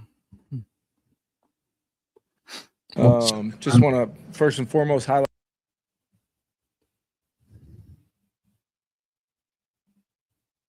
That's pretty much it for the KOC segment.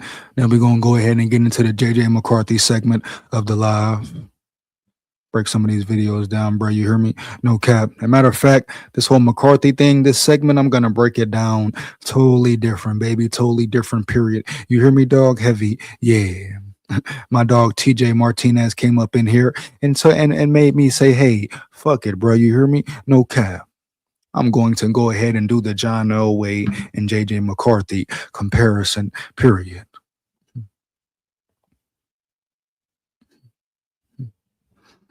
Here we go. 1 second, man. Here we go. You hear me? Yeah. Okay, we'll see with another one. We're not gonna get into that one right now. Might get into it later, huh? Period. Pull this McCarthy up.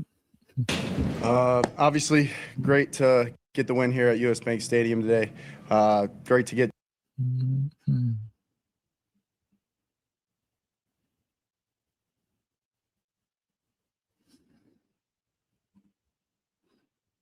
Mm-hmm. Get into that presser in a little minute, man. But I really want to break McCarthy, John Elway down. And what a better time to do it than right now during the live period. No cap, huh? You hear me? Yeah.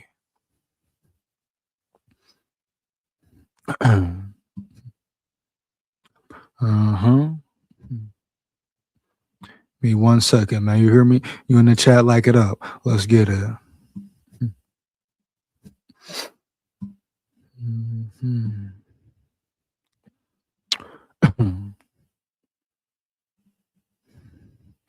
Now, this next segment here, I want to dive into McCarthy, JJ McCarthy. As we've seen, some may say it's been a up and down year. You have fans calling JJ McCarthy a bust. Analysts saying he needs to work on his technique. Cowherd, the so-called great Cowherd, and other analysts and so-called experts saying he's not it. He can't get it done. How many people have called him a bust? This and that, bro. Boom. He's a bust. He's not good at all, etc., etc. But we saw exactly how good and the potential that JJ McCarthy has. I don't care what nobody is talking about. Right? We saw the difference clearly when your head coach inserts a scheme to fit his quarterback, his rookie quarterback, especially heavy, huh? Yeah. And no matter what, the thing about JJ McCarthy, right? He remains a dog. He has fight in him. He has no quit in him. And guess what? He's going to scratch every time, period. See, JJ McCarthy is definitely on a journey. You know, people have counted him out already. But he continues to come back, boom, come back, boom. And the whole time he's learning. See, people seem to forget, right, that McCarthy is literally a rookie, huh? Yeah, literally a rookie, dog, heavy. But no one wants to give him credit. Yeah. The comeback victories he's had this season, everybody wants to forget that or push that aside or push that under the rug. Not showing any level of appreciation, you know, for the greatness he put on display. You know, so one thing I can say about him, he definitely has fight, he definitely has heart, and he definitely has that dog in him and that competitive spirit to win. We can talk about the physical attributes all day, and I'm going to compare him to John Elway in a moment. Period. Bottom line, bro. No cap. He's like a John Elway, but more athletic with a stronger arm. And as you know, and as I know, right, John Elway had one of the strongest arms ever in NFL history. So we're going to compare and make comparisons and really break it down, baby, huh? Yeah, no cap. You hear me, huh? Yeah. But the progress JJ McCarthy has shown, you know, in such little time, 6 games in, yeah, he's had some rough patches. He needs to develop. He needs to improve on certain things. Definitely. But even you go to the Commanders game, his footwork looked improved already. Yeah. His throwing mechanics, etc., look different already. You know, now he's been battling with injuries. And the main thing is, can he be and stay available for a whole season, huh? Period. But we see him growing on the fly, learning on the fly. Had some bad games, had some good games. But versus the Commanders, you seen how he can look, how he can run and control a offense, you know? And the situation didn't even have to be perfect. Just your head coach, boom, put him in the best position to win and perform at a maximum high level, right? Yeah. You know, his offensive line being competent, protecting him majority of the time, getting the run game going so he can play his style of ball. We've seen him more confident. Boom. That confidence comes with more belief in his coach, more trust in KOC, right? That KOC will do his best, his damnness to put him in the best position to win. You hear me, dog? Yeah. It all starts from top to bottom. Coaching is the most important part of the team. Nowhere around it, huh? You hear me? Heavy. So KOC calling good plays. Yeah. JJ McCarthy having to make some big throws at certain times. And all this, him being inaccurate and he can't make the big throws and he needs to learn how to take heat off the ball and learn to throw the ball with touch. Did you not understand? Did you not see him take some velocity, take some pop off the ball in some of his throws versus the Commanders, huh? Yeah. Did he not look more accurate versus the Commanders, right? Yeah. You know, a lot of people want it to be overnight, not understanding this is a process. And if we're being real, through the injuries, through the setbacks, JJ McCarthy is still really ahead of the curve, I would say. You know, he's showing you everything you need to see. Physical, arm power, arm strength, crazy. He just has to learn how to tame it, baby, to control it in certain situations. Yeah. And he did a great job of that versus the Commanders, huh? Period.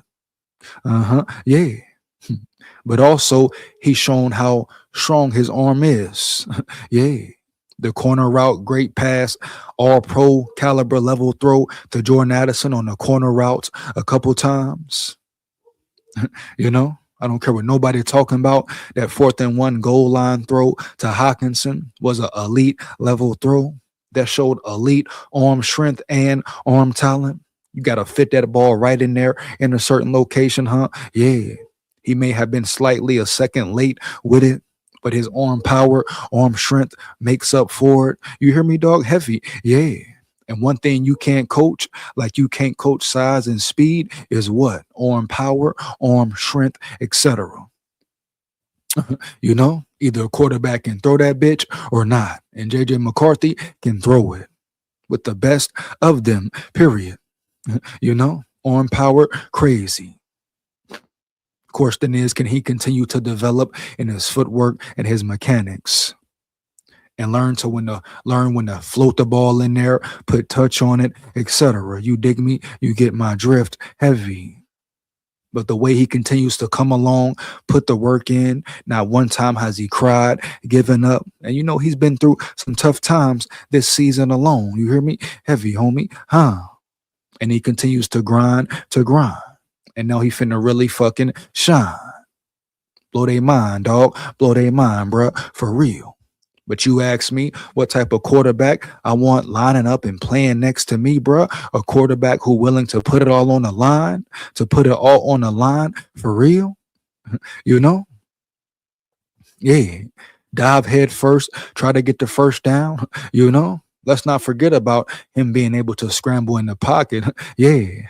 You know, having the ability to be mobile and maneuver.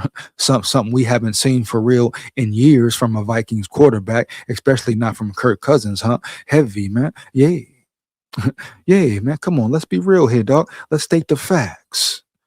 And you see how quickly things can turn around when your offensive line, your head coach and play caller, and your quarterback are in sync, huh? And are on the same accord. When your tight end's getting open, your receivers getting open, it's an overall team sport. Yeah. And sometimes McCarthy gonna have to step up, boom, make the big throws, huh? Put the team on his back. And he's done that already. You know? But I'm very proud of that dude, proud of my brother for not folding, not giving in. He could have gave up a long time ago, right? He could have been up out of there. Period. He could have said, "Oh, forget this, bro. I'm out. No cap. Boom. I'm done with it, etc., etc., etc." Yeah. But what does he continue to do? Stick with it. Grind. Put the work in. Extra work. Continue to fight. Continue to grind heavy. That's what it's about. That's the difference, man. That's the difference right there, man. For real. He's not no Kirk Cousins. Oh, I don't want to work on Tuesdays. I need family time. What? Are you kidding me, baby? Yeah. Get the hell up out of here, bro. Quickly and swiftly, huh? You hear me? And he just had a newborn, you know? So he got way more of an excuse than to not work on Tuesdays than Kirk did. Period. But that shows you how great he wants to be. How elite he can be, where his mental really is. As long as he continues to fight and put the work in and keeps his mind right and continues to work on his craft, learn the game, and as the game slows down for him, he's going to continue to get better. But his arm talent is crazy. And you can't coach arm power. Now let's get into him and John Elway. Now I say, I've been thinking about this for weeks, right, man? You know? Shout out to my dog TJ in the chat too, though. You hear me? Heavy, bro. Yeah. Made me want to go ahead and talk about it right now, huh? Right now. Yeah. Bitch, yeah. But John Elway, JJ McCarthy, huh? Yeah, they have very similar mechanics. Now I say JJ McCarthy is like a John Elway, but more athletic. Yeah. With more speed, with more arm talent and more arm power, more arm strength, you know? And I'm going to get into it in a minute, but we know John Elway had one of the strongest arms in NFL quarterback history. Yeah, a repeat NFL quarterback history, man. Yeah. Their arms are very similar. You know, even the way they are constructed, the way their body is constructed, huh? Yeah, very, very similar. But like I say, McCarthy is more athletic. He has the potential to be better. You know, to me, has more raw talent. And you know, Elway led the Broncos to what, a Super Bowl? How many Super Bowls, huh? Yeah. You know, yeah. And in John Elway's early days, he could run, scramble, maneuver in the pocket, and throw that bitch. But arm talent is crazy. Period. Once again, one of the strongest arms ever in NFL history. But you look and break down the gameplay. Look how McCarthy plays. Look how McCarthy throws. Look at his footwork. Look at where his feet are when he releases the ball, etc. Boom. Yeah. You could tell why I compare him to John Elway. And if that's the case, oh man, what a comparison. And if you telling me he's better than John Elway or has the potential to be better than John Elway, oh, come on, man. You hear me? Heavy. Sky's the limit. Matter of fact, there's no limit for that dude. He continues to improve his accuracy, his mechanics, his techniques, his footwork, his pocket presence, huh? Pocket awareness, all that. Oh man, the Vikings continue to build around him. Man, bro. We talking about really playing on an elite level at the quarterback position with a chance to be one of the greats to ever do it. Yeah, I stand on that 10 toes down. You hear me? No cap. Yeah, but let's just look at John Elway right quick, baby. You hear me, huh? Yeah, really break it down. 1 second, man. Let's look at John Elway's arm strength, homie. Yeah. Give me 1 second, baby. You hear me? Yeah.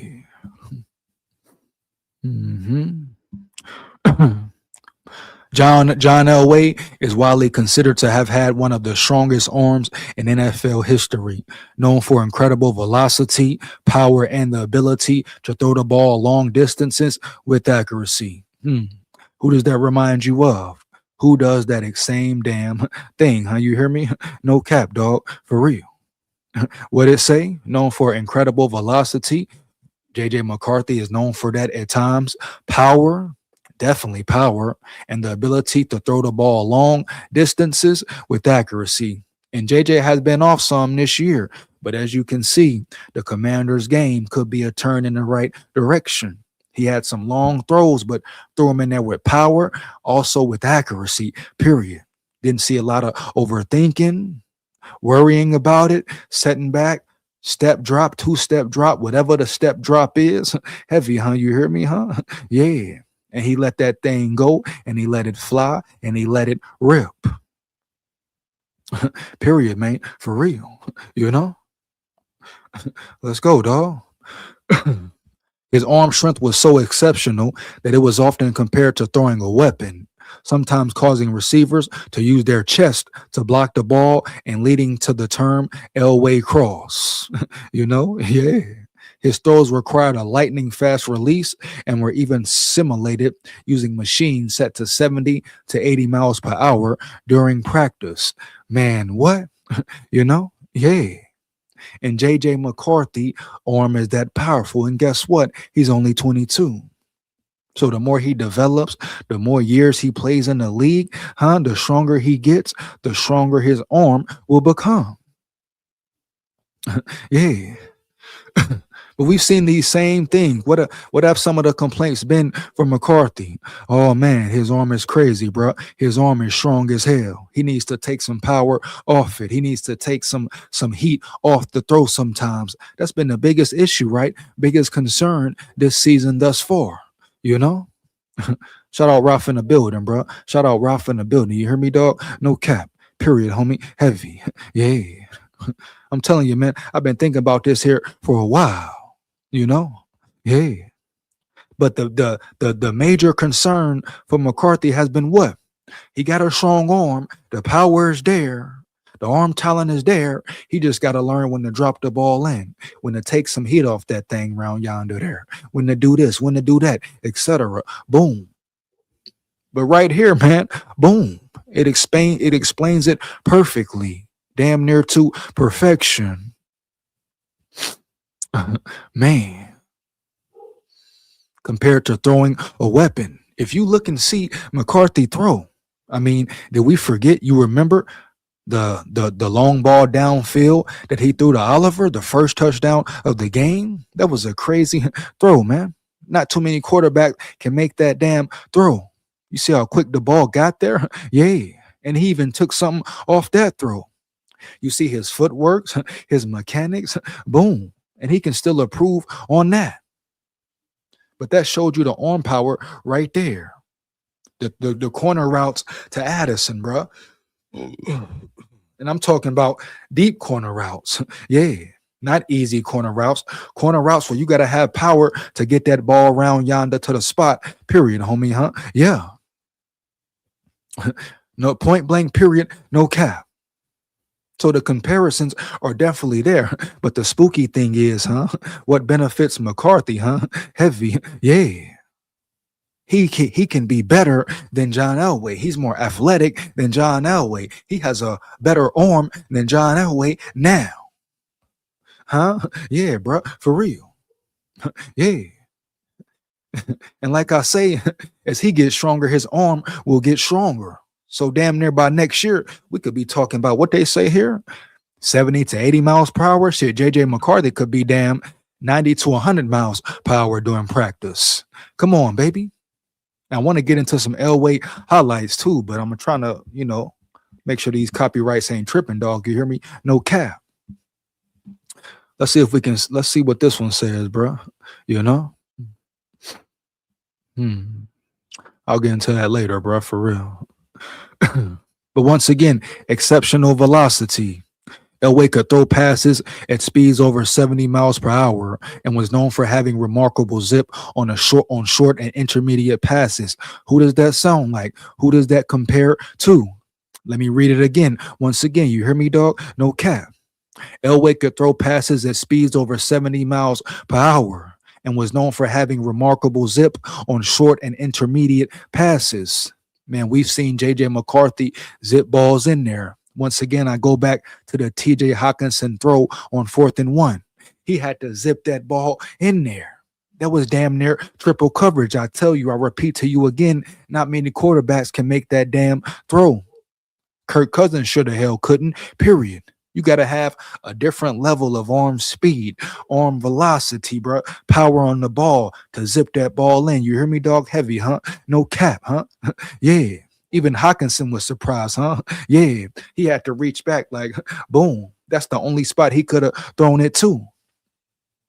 You know?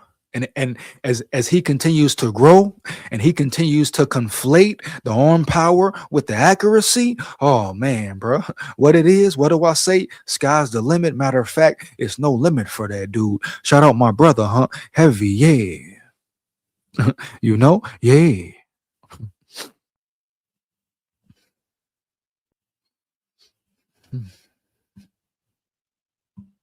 Yeah, man. Come on now. Let's be real here. Yeah. Signature throw. His signature throw was a tunnel shot where he would rifle a pass 20 to 25 yards on a line between defenders. Man, what? We talk about tunnel shot, rifle the ball in there. How many times this year alone have we seen JJ McCarthy rifle the ball in there, right? Throw the ball in there. Zip line, baby. Boom, huh? You hear me? Yeah. Yeah, man. No cap. Saw it versus the Bears the first game. Saw it versus the Bears second time they played them, bro. Been saying it the whole time. Every game we see him throw it. We see him force the ball up in there, zip it up in there, bro. Like, damn, how the hell did he make that throw? Period. Receiver impact. His throws were so powerful that they sometimes broke receivers' fingers, man. And some teammates learned to catch the ball with their chest to avoid injury.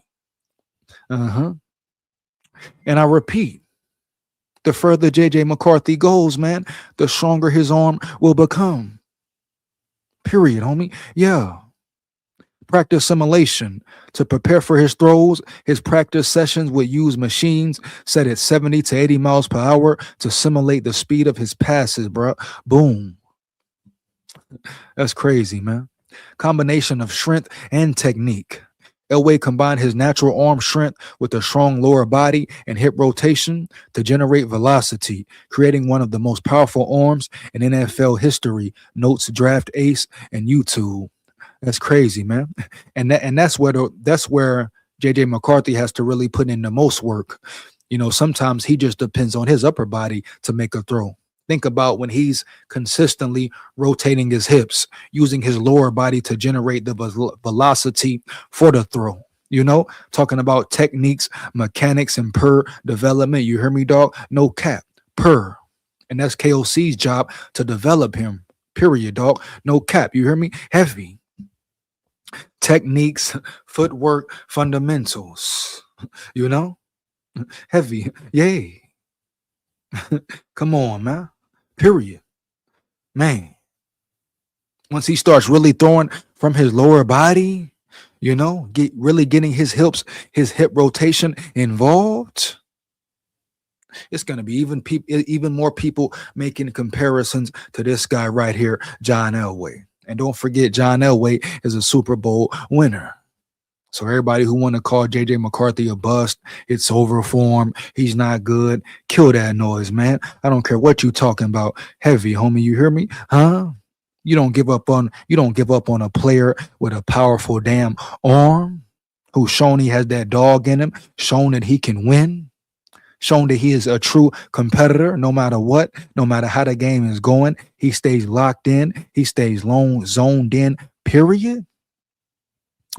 And they saying bring in a veteran. Oh, it's over for McCarthy. 1 year.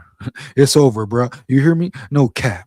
Shut the fuck up. You hear me? Heavy, homie. Yeah. Bitch, yeah. Yeah, man. JJ McCarthy has all the potential in the world. And I guarantee. Oh, man. Whoa. If he stays consistent and continues to play at a high level, he will be the Vikings starter next year. I don't think KOC has given up on him or will give up on him.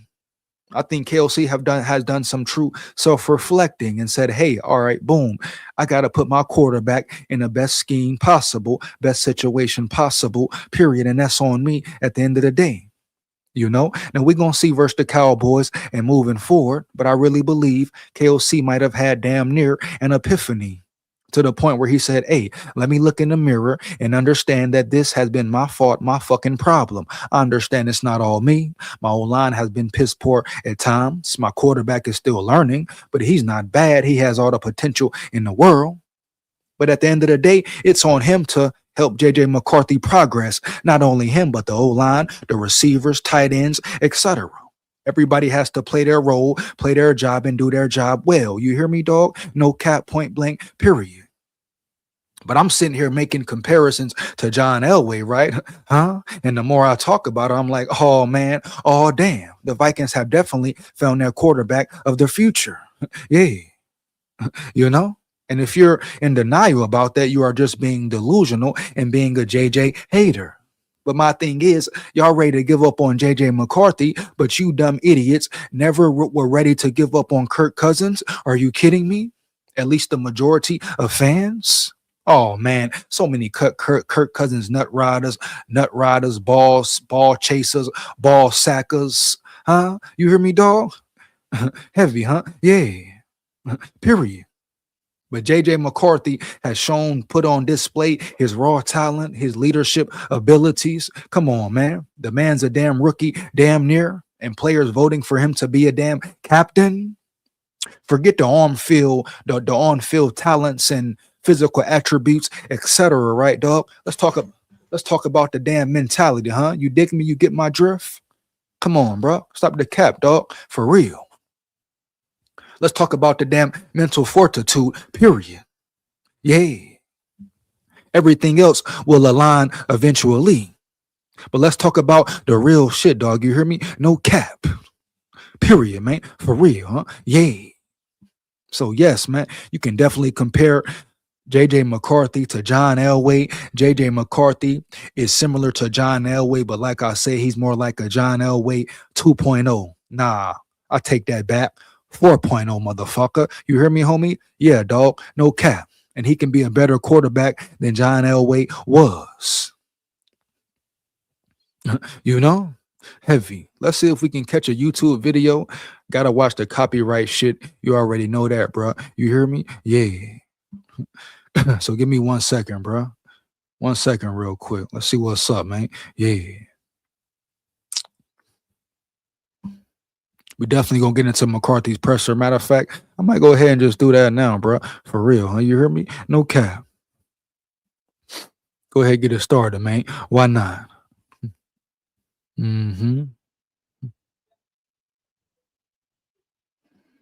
But you look at the way they run, look at the way their back foot moves when they release the ball, etc. Right? Oh man, very similar in skills and physical attributes. All that. Point blank, period, man. All that. You hear me? Yeah. Let's go ahead and get into this presser. Then I might check out some John Elway highlights afterwards. You know, boom. Give me 1 second, man. Hold up, calm it down.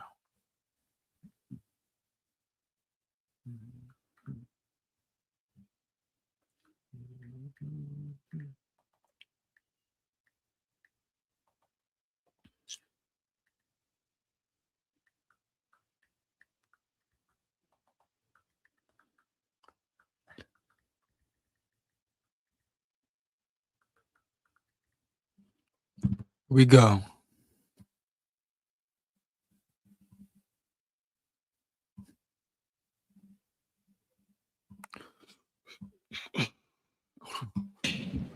Obviously, great to get the win here at US Bank Stadium today. Great to get a fast start. I thought the defense played fantastic, getting those turnovers. Really just does a lot for the entirety of the team and the momentum for the offense. So thought we played great, but, you know, there's still going to be a lot of things we got to clean up. And shout out my boy Delton in the building. You hear me, dog? No cap for real, huh? Yeah. Let's get it, man. Yeah. we ran the ball and made Washington play normal pass coverage. Facts. Correct. Ralph in the building. EJ, what do you think about what Franz Harkington said about Vikings not practicing before the Super Bowls? Kind of suspect, definitely, bro. Kind of suspect for real. I got to go check it out. I didn't know he said that. I might check into that later, homie. You hear me? Heavy. Our running backs, 28 carries, 143 yards, 1 touchdown. Much respect, man. Much respect. Let's get into it, bro. You hear me? No cap. It's just another step in the right direction. You looked very calm in the pocket. Did you feel calm in the pocket today? For sure. Offensive line played fantastic. Receivers were getting open. Coach O'Connell was calling great plays where it was just put it in play, kind of feel to it. And, it was just a very comfy pocket all day. JJ was different. You heard what he said? Comfy pocket, comfortable pocket. You understand? Put your quarterback in the best position to win. You hear me, dog? Heavy. And we understand the pocket won't always be comfortable. It won't always be perfect. But the majority of the time, what is it? Is it damn near perfect? Is it a high level of protection? You hear me, dog? Heavy. Are they keeping JJ McCarthy upright? Are they protecting this young rookie to the best of their abilities, dog? You hear me? No cap. But where did it all start? Where did the success start? The run game, boom. The run game, boom. KOC didn't. He wasn't afraid to lean on the fucking run game. What we've been saying all season, bro. You hear me? Damn near. Period. Heavy, homie. Yeah. Today, maybe in the complete, just all 4 quarters compared to some of the other games. I just feel like we were able to stack positive plays and, execute in all 3 phases.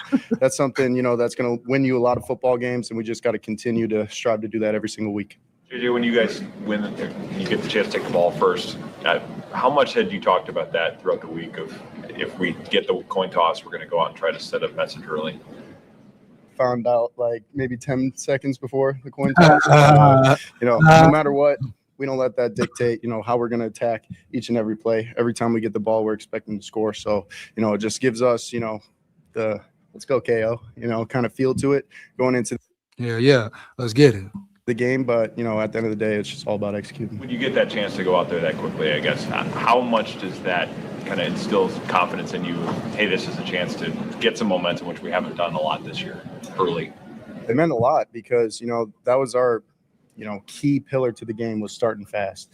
And for Coach O'Connell to say, the offense is going to start it off for us, it was tremendous honor. And, I was happy we were able to go and reassure him that we're able to do that. And, the defense, they are just right up there with starting fast, and they had a tremendous game. Obviously, that 4th and 1 stop on the goal line is, what our team's all about, what our defense has been all about all year. So, yeah, it was great. JJ, for you to stack positive plays, like how validating is it just in terms of the work that you're putting in on a daily basis? Extremely validating. A lot of things have to come together for that to happen, but obviously the biggest role in that happening is the quarterback. And, just to find a rhythm, find a flow, it was a lot of fun doing that. So. Is there any particular play or decision you made that still kind of stands out in your mind that you feel pretty good about right now? There's a lot that is going through my head right now in terms of what I need to do better, what I was, happy with. But at the end of the day, just happy we got the win. And, we're going to critique this like crazy tonight and fix it tomorrow. Do you think today was a result of having done a lot of work on your mechanics, or is it more not thinking about mechanics and just playing? In my opinion, I think it was just playing, just going out there. And, the big message of last night's team meeting was, play for that 16-year-old self. That 16-year-old version of yourself. Understand, what got you into this game, what made you fall in love with this game, regardless of the record, regardless of where we are this season. Just go out there, have fun, play fast, play free, and I feel like we all did that today. Who was putting that message out? Coach Modkins, he talked to the offense on, I believe, Wednesday or Thursday in the unit meeting, and then Coach O'Connell reiterated it last night. Did you feel like your 16-year-old self? I did a little bit, yeah, with a lot of wisdom that I picked up, from this year and just, all the learning lessons from them. But, just felt like it was a bunch of guys out there that were having fun. And, yeah, it's good. Jonathan Renard said something interesting. He said that you played in such a loose way that you can't win back any of the games that you've lost in terms of having that short memory and then to go out there and do that. When you have a defensive guy kind of notice that change in you, you're not carrying any ghosts of past losses forward. What does that mean? It means everything. I have so much respect for that guy, especially just Shout out Vikings news today in the building. Shout out Vikings news today in the building. Heavy. You hear me? Heavy, huh? Let's get it. Yeah.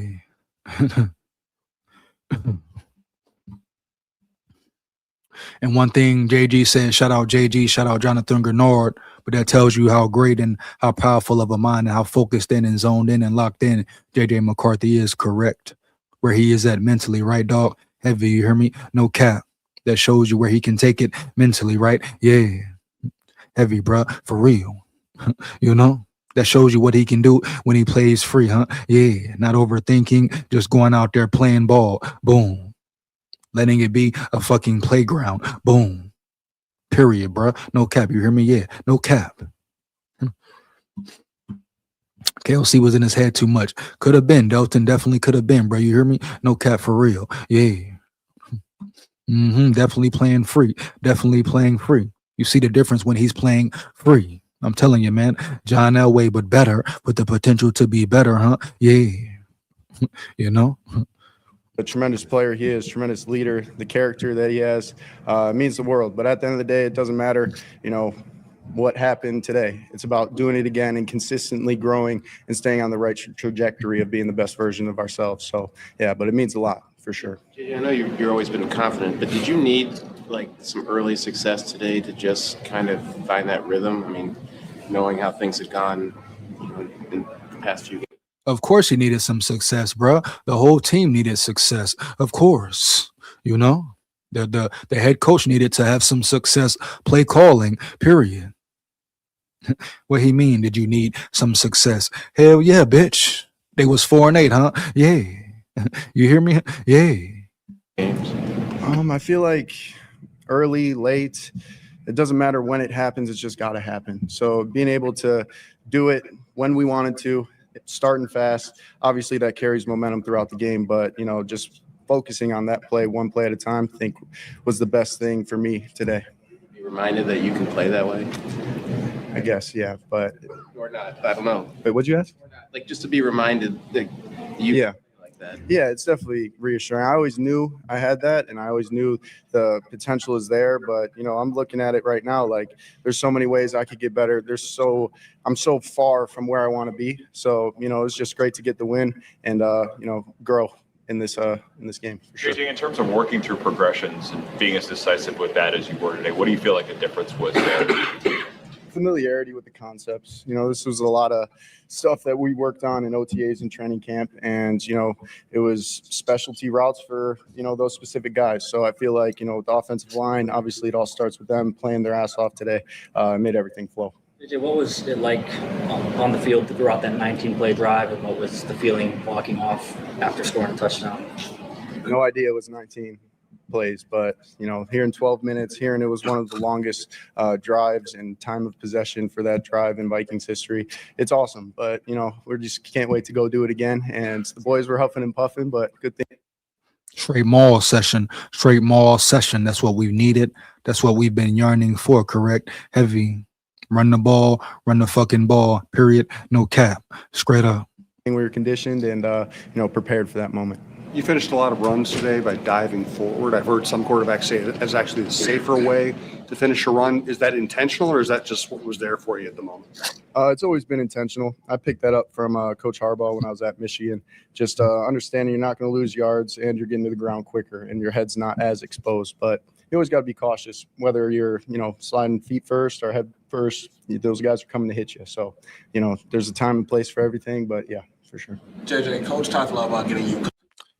Definitely would like to see JJ McCarthy take less hits during the games, but that's just him. He plays hard. He plays fast. He's competitive. He's feisty out there, bro. You hear me, dog? No cap. He wants to win so fucking bad. He'll do whatever, dog.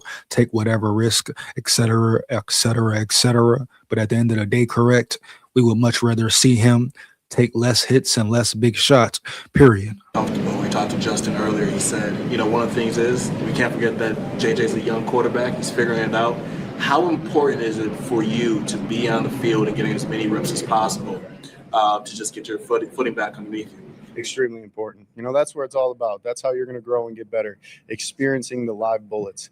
And, that's something I learned very early on in my career. The best ability you can have is availability. And that goes back to your question about sliding the right way and when to do that, when to throw the ball away. So, the more reps, the better. And honestly, just the more reps with these guys, the better, because I love playing with them every single snap. Besides getting W's, like how do you, for you personally, your own growth development, how do you want to close this season out strong? What does a successful JJ season look like for you? Being disciplined with the football, making the right decisions, winning football games, obviously, but doing all the little things right day in and day out, building those habits that are concrete going into the off season, and continue to go on that trajectory. But all we care about is the next day, the next meeting, the next practice, and we'll be in a good spot by the end of it. JJ, is there any part of you when it's a veteran offense like this that says it's important to have a game like this just to kind of show the more experienced players around me that I can deliver this and it doesn't have to be something where they have to wait much longer for that to happen? That wasn't really a thought going in, but feeling it afterwards from the guys, it means a lot. And, it's just something that I feel like should have happened a lot earlier. So, I absolutely love those guys for the grace and patience they've had with me. But, we got to continue to do it again. You're only as successful as your last successful act. And we're going to get to work, tomorrow, Tuesday or Wednesday, and keep this thing rolling, JJ. Love his attitude, man. Love his attitude. You hear me? Heavy. Tell the dude definitely want to win, period. Hey, Kevin highlighted the touchdown to TJ. What did you see on that one? Read 2, kind of simple as day coverage, understanding that I had Jets on the fade ball if they were playing any sort of man. Got to fit it in there on 4th and 1. It can't be a tip ball or anything like that. Had to move my eyes with Luvu because he's such a great player in reading eyes and very quick and agile. But TJ and I talked about it all week. It's the built-in reps throughout the week that made that play come to life. And he made a tremendous catch and stayed up too, which was pretty cool. Thank you. Thank you, guys.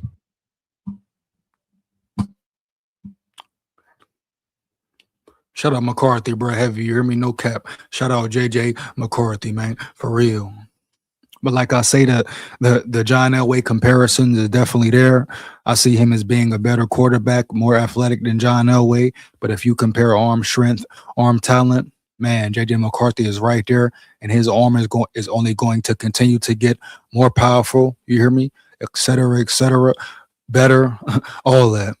Accuracy, all that, man. You hear me? For real.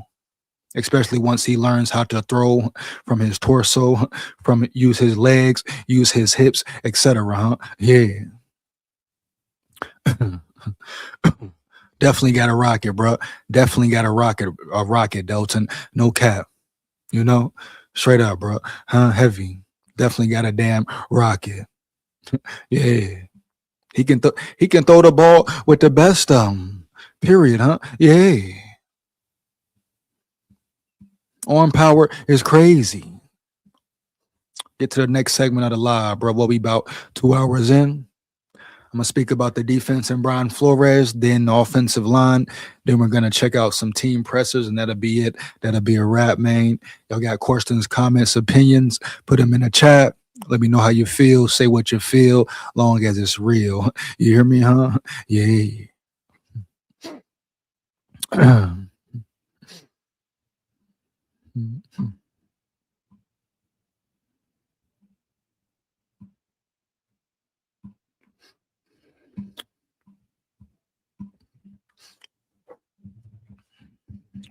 And we talk about defense,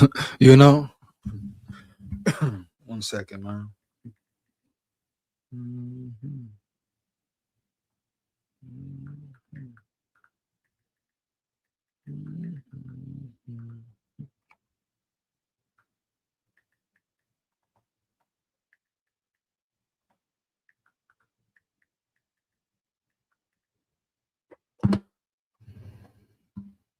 And we talk about defense, right?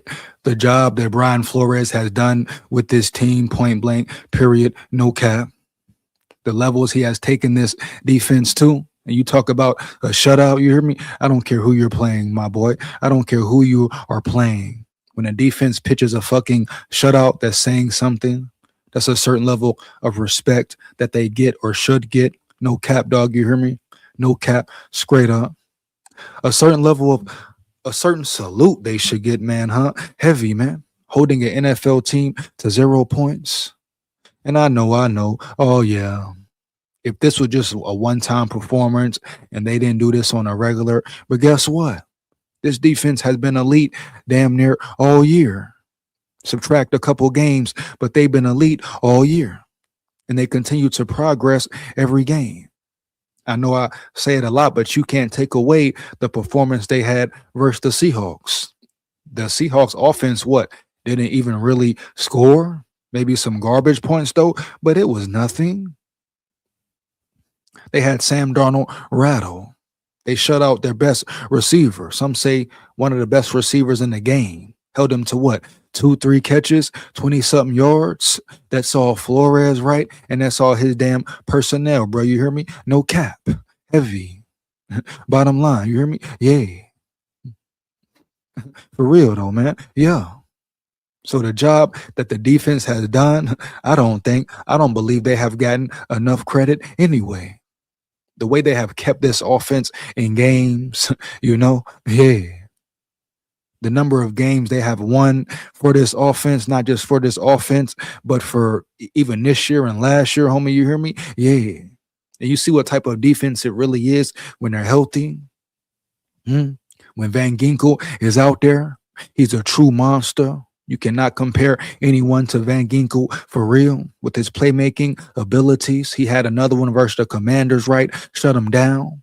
He is crazy with his bubble screen defense, the way he reacts, reads the ball where it's going to go, his football IQ at that position, dog. Certain positions, certain players just have a certain level of a high level of football IQ. You hear me, dog? No cap. Yeah. And Van Ginkel has that. Yeah. Yeah. Yeah, man. It's totally different with him on the field. Yeah. Huh? And I know how they talk about Hargrave and Allen talking about they haven't been producing at a high level. Well, huh? I think you may think they haven't been producing because the offense hasn't been helping them out. But as far as doing their job, yeah, you want to see them get more pressure on the quarterback at times. But as far as doing their good job, especially the last 3-4 weeks, I would have to say Hargrave and Allen have been doing their job for the most part. Boom. Yeah. There's no way to deny that. But this defense has been elite the whole season. It just sucks that the offense decided to catch up now. Oh, man. Defense wins games. Defense still wins championships, period. I don't care what nobody talking about, huh? You hear me? Yeah. And this defense is definitely championship caliber, period. And it seems like Brian Flores continues to get better and better. And everybody going to say, oh, the Commanders was trash, this and that. Boom. But even in the red zone, when they got to the red zone, and the Commanders are one of the best teams in the red zone this year, correct? Yeah. The defense pitching 4 and outs, holding them 4th and goal. Boom. Yeah. You cannot give enough credit to this defense with how they perform the whole damn season, bro. Point blank, period. No cap. You hear me? Heavy, huh? You hear me? Yeah. Put some respect on this defense name. Yeah. And Brian Flores still doesn't have the personnel he wants. But he has some strategic way to elevating players' roles in their game and putting them in the best position to win. Now, is he perfect? No. Can he improve? Hell yeah. Yeah. But bottom line is that the defense is full of dogs. Yeah. You hear me? Yeah. The defense is full of dogs, bro. Heavy, no cap. Yeah. Come on, bro. The offense has not been helping this defense out at all. Huh? This is probably the first time that we really seen complimentary football for a whole 4 quarters from the defense and offense. And you saw what could happen, what type of team this could be. Period, my boy. Yeah. Oh man. Oh man. Huh? You cannot give enough kudos to this defense, bro. For real. Man. Woo. Yeah. As a team, Washington was 11 of 24, 108 yards, 0 touchdowns, and 2 interceptions. Come on, man. Huh? Huh? Come on, dope. Huh?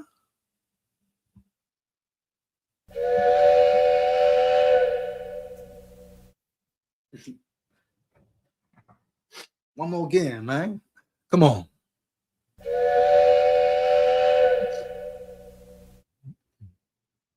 Crazy work, man. For real. Washington should have beat Denver 11-2 last week in OT. Yeah, everybody want to just push off Washington like Washington it was just a sorry suck ass team. Didn't they just bang with an 11-2 team? You hear me? Period, dog. The best in the NFC. Some may, I mean, the best team in the AFC. Some may say. You hear me, dog? Period. No cap. But when the Vikings beat them, dominate them, put up 31 on them, and everybody ain't just putting up 31 on the Commanders or no NFL team at that. And everybody definitely ain't shutting no team out, dog. You hear me? No cap. Like you say, Delton, they went into overtime and should have beat the fucking Broncos. And you think the Broncos held them to 0? Hell to the no. You hear me? No cap. Matter of fact, let's go and compare all the teams the Commanders have played, right? And compare them and peep game on what the score was when they played the Commanders versus when the Vikings played the Commanders, right? Right. That's all I'm saying. That's all I'm saying. It's damn near unheard of, especially in the NFL today, to hold the offense to 0 points when this is an offensively driven league. You hear me? No cap. That's all I'm saying, bro. Put some respect on his defense, Brian Flores, and his personnel. Even lacking personnel in certain areas. That's all I'm saying, dog. You hear me, dog? No cap. Point blank, period, dog. Yeah. Bitch, yeah, huh? You hear me? Yeah. Come on, man. Washington scored 26 points against the 4th-ranked defense in the NFL last week. Come on, man. You hear me? Yeah. I don't give a damn what the record is, right? At all. Fuck a record. I don't care 5-8 playoffs or not. Boom. This is one of the best defenses in the NFL, if not the best defense in the NFL. Period. You talking about a defense who been on the field a whole year, huh? How can you make a fair assessment of a defense and call them sloppy and say the free agents ain't working and pan it out when your defense been on the field damn near the whole fucking year? You hear me, dog? No cap, huh? Yeah. You hear me? You know? Once again, how can you compare your defense and your free agents when they've been on the field tired damn near the whole year, bruh? Period. Boom. Yeah.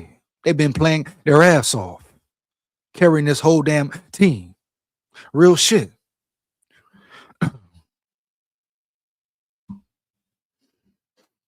We got a punk ass, Swiss cheese head ass Packers fan in the building. Get him up out of here heavy, quickly, and swiftly, huh? Yeah.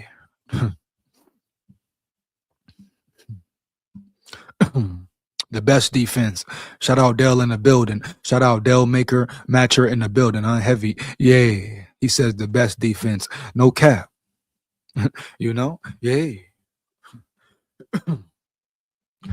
Especially when the blitz is getting there. Now we've seen the defense struggle to apply pressure, with the down man lineman, etc. Now we've seen them struggle against the run, but let's really think about it and break it down and be fair, right? Yeah, really be fair, huh? Yeah. The times, the games they've really struggled is when they've been on the field the whole damn game. You hear me, huh? No cap. Yeah. And at the end of the day, like I always say, what the hell do you want or expect from your damn defense? Who's been on the field the whole season? You hear me? Yeah. It comes to a certain point in time, right? When it's not fair, no longer fair. Uh-huh.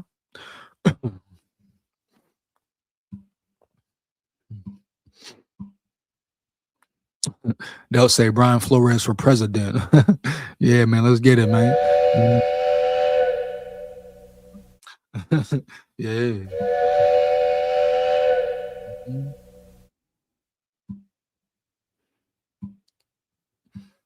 Stop the cap, Packers fan in Milwaukee. Stop the damn cap. But yeah, bro, shout out to the defense. Shout out to Brian Flores and his whole squad. Keep playing raw, keep playing real, keep being great, bro, for real. And just see how everything turns out. See how the cookies crumble at the end of the day, at the end of the year. Heavy, huh? Yeah. Now I'm gonna talk about the O-line. Shout out. Yeah, respect to the offensive line. Surprised that I'm saying this, but the way they perform, the way they played, homie, you hear me? Huh? Yeah. The way they performed on Sunday versus the Commanders, the way they move bodies, the way they got the run game going, they rushed for 162 yards. I repeat, they rushed for 162 yards. Big kudos, major props, and respect to the damn O-line, bruh, for real. Cannot take away the performance they had. And yes, they can continue to grow and get better. But at the end of the day, I was very satiated with their performance, bro, on a high level. That's why you went and signed certain guys, signed to Ryan Kelly, right? Signed to Will Fries. You hear me, dog? Heavy, no cap. You know, you drafted Donovan Jackson, etc. You see him coming into his own finally. If Darisaw can really stay healthy, Brian O'Neill, etc. Boom. They showed you the potential they had when they're hitting on all cylinders. Boom. You know, they can run against any defense in the league. I stand on that 10 toes down, bro. You hear me? Period, dog. No cap. And once again, everybody gonna say, all right, calm down. It was the Commanders. And I get it, you know. But at the end of the day, it was a step in the right direction. And they rushed for 162 yards. And I got to keep reiterating it. You see what happens when you run the ball and the run game is there. It opens up everything else. You hear me? No cap, dog, for real, period. It opens up every damn thing, damn near. Uh-huh. Yeah. Longer runs, longer passes, touchdowns, better quarterback play, period, huh? Yeah. Mm-hmm. So it's on KOC to continue to scheme it up. But I no longer want to hear about, oh, they don't have the personnel to run the ball. Yeah. Oh, they should pass the ball more. Oh, they can't be tough up front. I don't want to hear none of that noise, dog. Period. Then they're going to have a major test versus Dallas, and we're going to see who they really are. Can they finally be consistent? Was that their turning point? That is the big major question. Can they be a consistent team all the way around?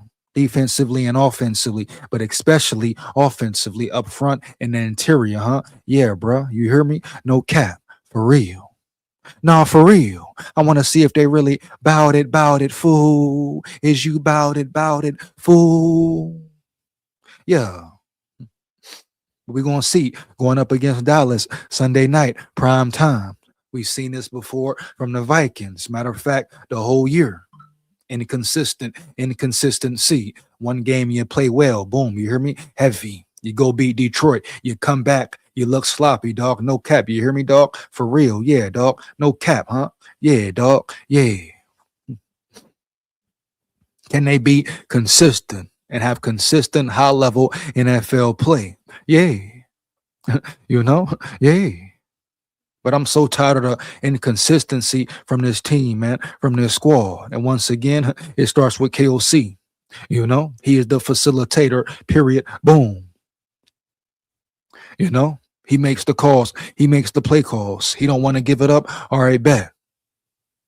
Can he show and prove that he can adapt? He did it for 1 week. He did it for one game. Now, the question is, can he continue to keep it going? And can his players execute the offense and the program? But what I seen from this offense, the mauling they were doing, the show they put on, Like I say, like we know they had a 19 play drive for how long? 12 damn minutes, bro, breaking records and shit.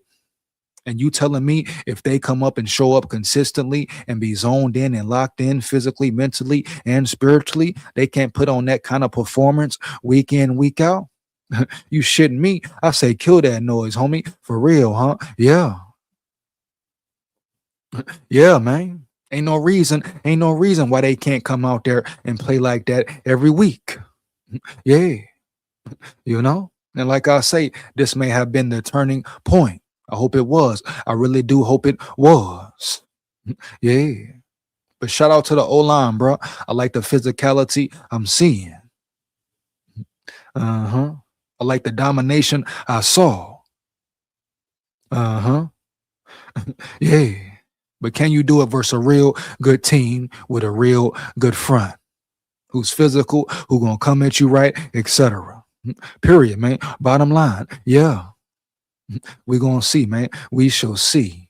Yeah, bro. You hear me? Yeah. Y'all will never get Jets, my boy. The Jettas will never go to the Packers, my boy. Stop the cap, my boy. You hear me, dog? No cap. Fuck the Packers, homie. You hear me, huh? Yeah. You Swiss cheese head. You Swiss cheese head punk chump. You jive turkey punk chump, man. You a smooth criminal, man. You a smooth ass criminal, man. You hear me, huh? Yeah. Talking about give us Jets. You ain't getting shit, nigga, huh? Give me your girl. Give me your bitch. Give me your mama. Give me your voila. Mwah, mwah. Huh? You know? Yeah. Yeah, man. Yeah. Huh? You hear me, dog? No cap. Is Dallas that team? Hey, Dallas definitely a test, Dal. Oh, Dallas is definitely a different test than the Commanders were. Dallas definitely a better team than the Commanders were, period, dog. And at the end of the day, dog, Dallas is still fighting in the playoff race, playoff hunt, whatever you want to call it. They're a 500 team. Yeah, they coming off a loss, but so what? This is a home game for them in Dallas. They still chasing momentum, chasing a playoff bid. You think they ain't gonna bring a game? This is the same Dallas team who what? Beat the Eagles, huh? You hear me? No cap.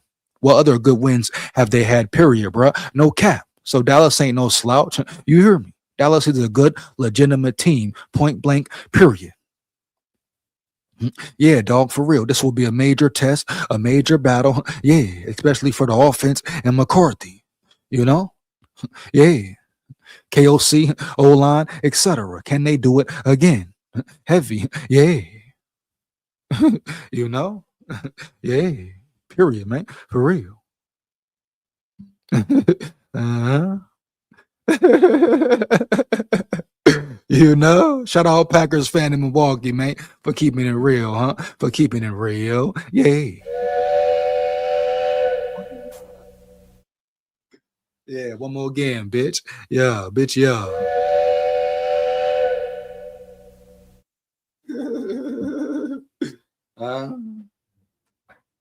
Oh yeah, man. He said, "You funny, brother. Earn my sub. Respect. Much respect, big dog. Much appreciated, big dog. No cap, for real." Kenny Clark and Quentin Williams, they're DTs. Definitely talented, bro. Definitely talented, bro. You hear me? No cap, period, for real. You representing your squad. Love that. Much appreciated, man. I love it too. I love it too. My brothers, you hear me, dog? No cap. Yeah, bitch, yeah, huh? You hear me? Yeah. Whoa, let's go, man. Any more questions, comments, opinions, huh?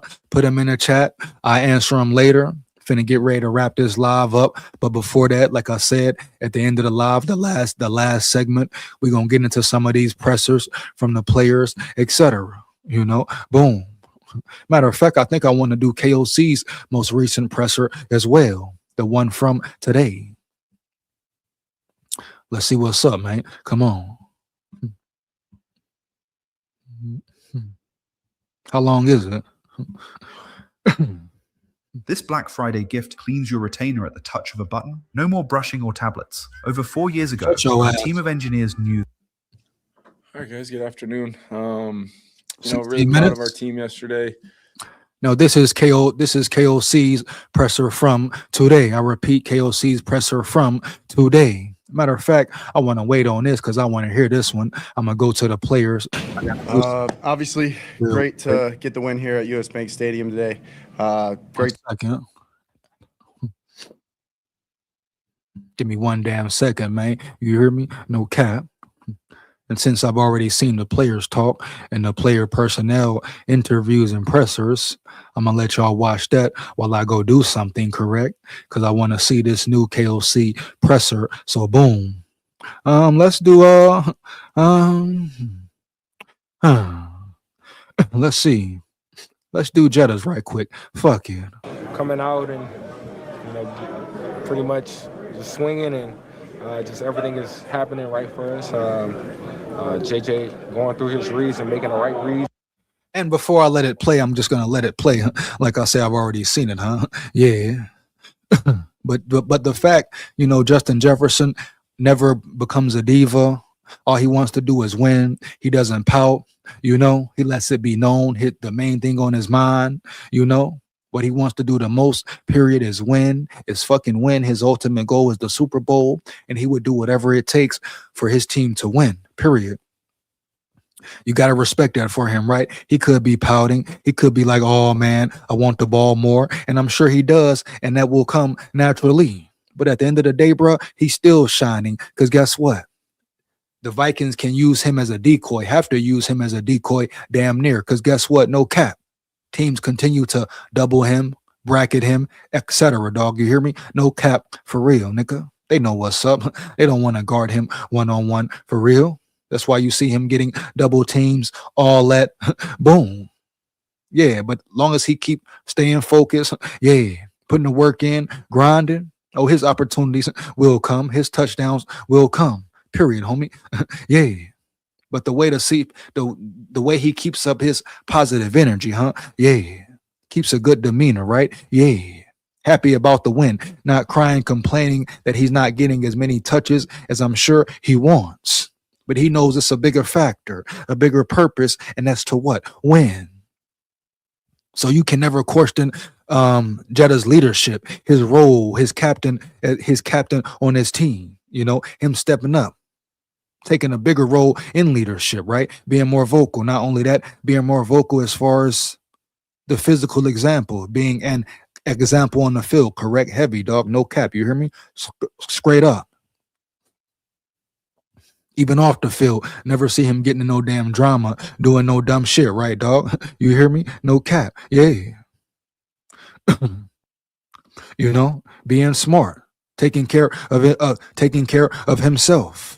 Not being a problem outside nor inside the locker room, huh? Yeah. So shout out Jettas, bro, for real. Just getting the ball, in and out of his hands and just letting us, go work, the rest for him. So it was just a great team effort, defense. Big facts, Dalton. Big facts, Dalton. Period, dog. What do I say? It ain't over till it's over. You go back 2 weeks ago. What did I say? I said the Vikings will make the playoffs. Now, will they? You hear me? We will see. But it's still a chance, baby. Period. No cap. It is still a fucking chance. Let's go, bro. Period. Played very, very well.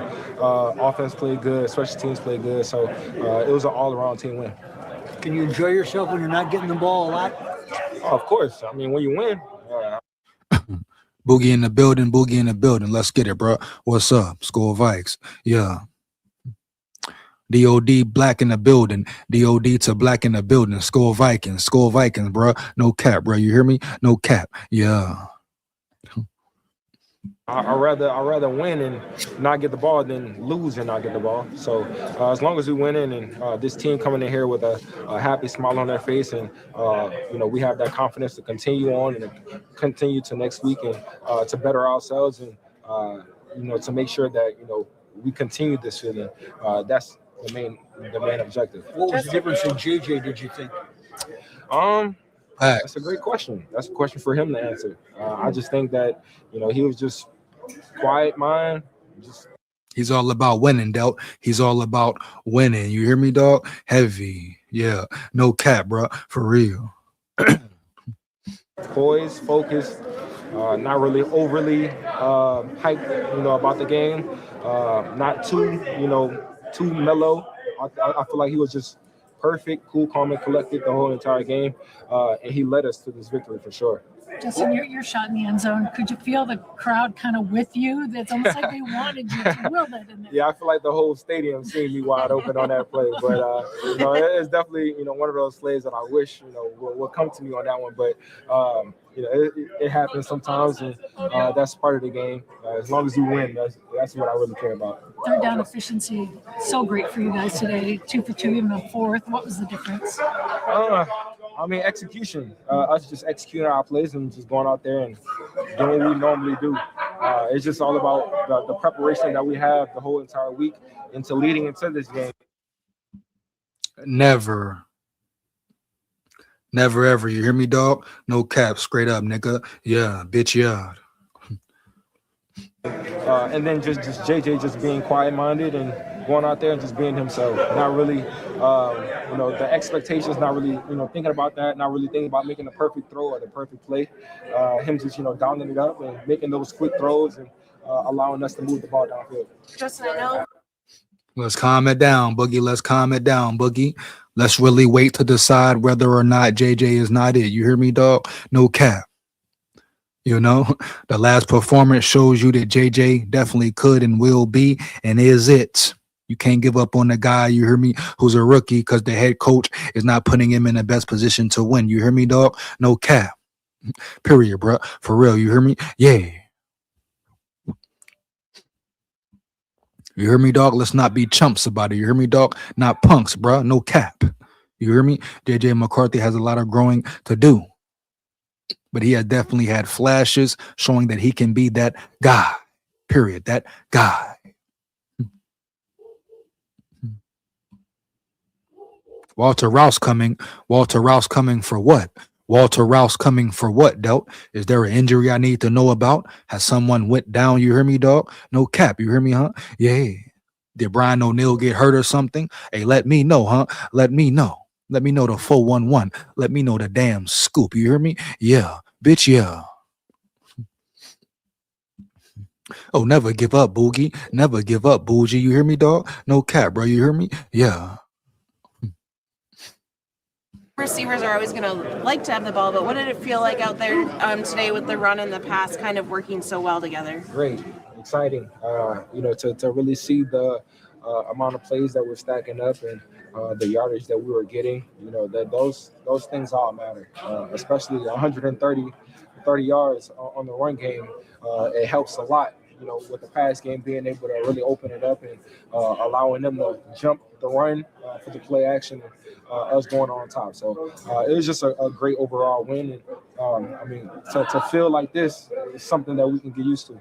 Justin, is there part of you that's just like happy for JJ, considering all he's been through, obviously, this year with the ups and downs of it? Of course. He deserves this type of game. Just the hard work that he's been putting in and just the criticism, all of the stuff that's been going on. He's a young quarterback. I don't think people really understand that. They forget, he didn't really play last year. Facts, man. All the criticism, the hate, etc., man. Everybody forget he a rookie. He a fucking rookie. Everybody forget he was hurt last year, facing injury this year. Don't nobody want to be real, though. Everybody want to talk right. Everybody want to cap. Don't nobody want to put no respect on McCarthy's name. You know what I mean? Understand his true grit and determination. The fact he never fold, he never give in, etc., etc., etc. But don't nobody want to get a man respect. But it's all right, though. All right, cool. Boom. Guess what? JJ McCarthy, go take respect, bro. You hear me? Period. No cap. Go take respect.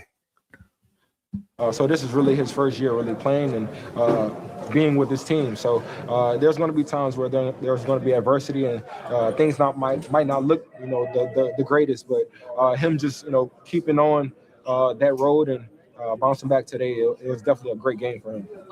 Justin, I know you guys obviously won. That's all that matters. But his 16-yard run, you were running wide open. What went through your mind at that point? Yeah, I just wanted the ball at that point. We kind of drew up that play on the sideline and, just went out there and ran it. And it was a great play call. Everything happened very, very well. It just didn't come. Shout out Rosario in the building. Shout out Rosario in the building. You hear me? Heavy, dog. Yeah. Yo, how's it going? Hope you're good. Hope you're doing well. All is good, Rosario. You hear me, dog? No cap, right? All is good. I hope all is well. I hope all is good with you too. You hear me? Heavy, bitch. Yeah. Yeah, man, bitch. Yeah. To me on that one. So it is what it is. And that's not really something that I'm affected by or really overly thinking of. Just like you said, as long as we get the win, that's all that matters. Justin, I know you mentioned complimentary football. What was it like to see Harrison get his 38th career interception? I ain't surprised. I really ain't surprised. Shout out Hitman. Shout out Harrison Smith. No, I still don't think he's as much of a benefit in playing pass coverage, but he flashed last game. Now up against the line of scrimmage, him coming on blitzes, him being up close and personal with the line. He still can play and contribute at a high level, but at the end of the day, I'm not going to nut ride. No disrespect intended, but we know, you know as well as I know, Harrison Smith has lost a step or two. Period, homie. Heavy for real. Yeah, bitch. Yeah, you hear me? No disrespect, no cap though. For real. Yeah, for real, bro. Heavy. Yeah, you hear me? Yeah. Harrison Smith has definitely lost a step or two. Yeah, man. No way around it. No sugarcoating it. Period. It is what it fucking is. You hear me? Heavy. You don't like it, so what? I don't care. No, I don't care. You know?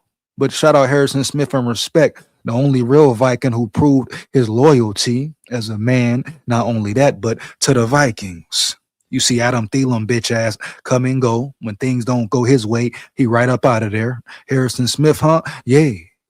You know, he could have did the same thing this year. Oh, man, I want to go. I want to leave. I don't trust the Vikings. I don't like which way the direction the season is going in. You hear me, dog? No cap. Kevin O'Connell, crazy.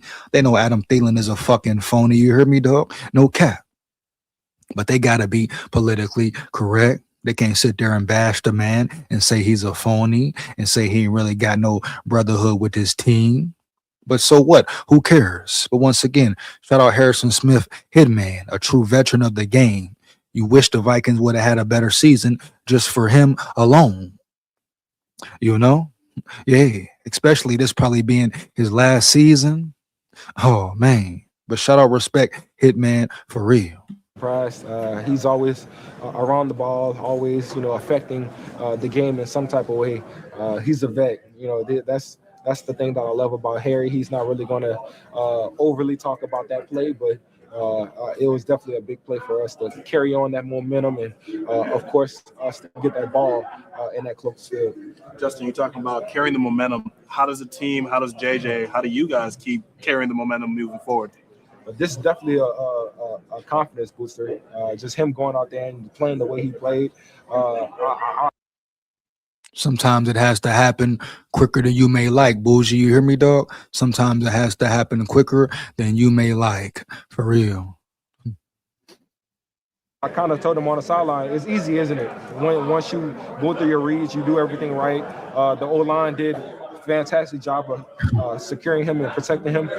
So it's just all about just going out there and doing what we do best, which is going out there and making plays. But as long as, JJ have his mind on right, he's not overly excited about the game. Mm-hmm.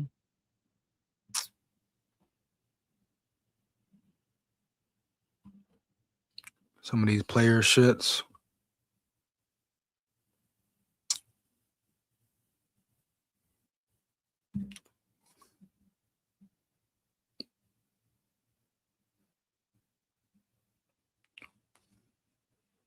Do this one first, then go to hit.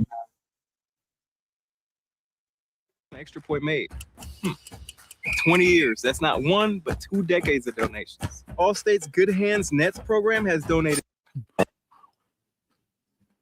He's got a journey ahead of him. He's got a long career ahead of him, and it's just another step forward, and hopefully it builds a lot of confidence for him. Justin was talking about how he's playing with a quiet mind, but does that come from what you guys did this week, or more so playing with the lead that can really get a quarterback kind of into a quiet mind groove? I mean, I think it's a little bit of both, you know. I mean, I think we were able to do some things and put some things, you know, the coaches came up with a really good game plan. And, you know, we were in a lot of different personnel, as you could tell earlier. We were in 22, 13, 11, you know, we were in all these different personnel, 21, and just keeping the defense guessing, you know, putting us in an advantage spot. And he was able to play in the rhythm and timing. So, I think it definitely comes down to both, but you know we'll stack another one on this one and keep it rolling. Yeah, Brennan, go ahead. You guys are also really good on third downs for a while there. You're 5 of 5. You had 2 and 2 on fourth downs. What was the difference when it came to those late downs for you guys? We were just able to move sticks. You know, I mean, I think you know they were playing. About time Hockenson step up. Man been soft all year, overpaid. About time he step up and do his job and do it well, right? I mean, what, he want a cookie? He's supposed to catch the ball. He's supposed to block. You hear me, dog? Heavy, no cap, period. You know, everybody want to crown a man like, oh, he had a nice catch. He had a great game, whatever. I don't care, bruh. Hockenson got a lot more to do, in my opinion, if you ask me, right? Yeah, bitch, yeah. You know? Yeah. So hopefully this is a turning point for him. Getting paid $17 million a year, top 5 tight end money in the motherfucking land, and you telling me, bro, he ain't putting up big numbers, huh? He dropping balls, huh? Shout out to him for having a much better game, but at the end of the day, we need more from him as well, nigga. Yeah. Some off coverage and you know, letting us kind of get in our routes a little bit, and you know, I mean that happens a lot of the time, or they're bringing pressure or whatever it is. But we were able to hold up today. The O-line played really well, and you know, we were able to get the ball out in the rhythm and timing of the offense. So it was fun. I think it's been a long time coming. I think the thing that comes with turnovers, they come in bunches, and when you play hard, good things happen. So I think you saw that today. John, I'm sure you've already been asked this. I'm sorry, but what happened on that 12th man on the field penalty? I think there's just a little confusion. I went down for a play or two, and then the guy who came and take my spot, didn't know that I was back up. So when I ran out there was a little bit of confusion. I mean, you can put that on me. You got to be more tied in as a unit, as a D-line, but, you know, thank God Gink made a great play later down the line to, you know, make up for that.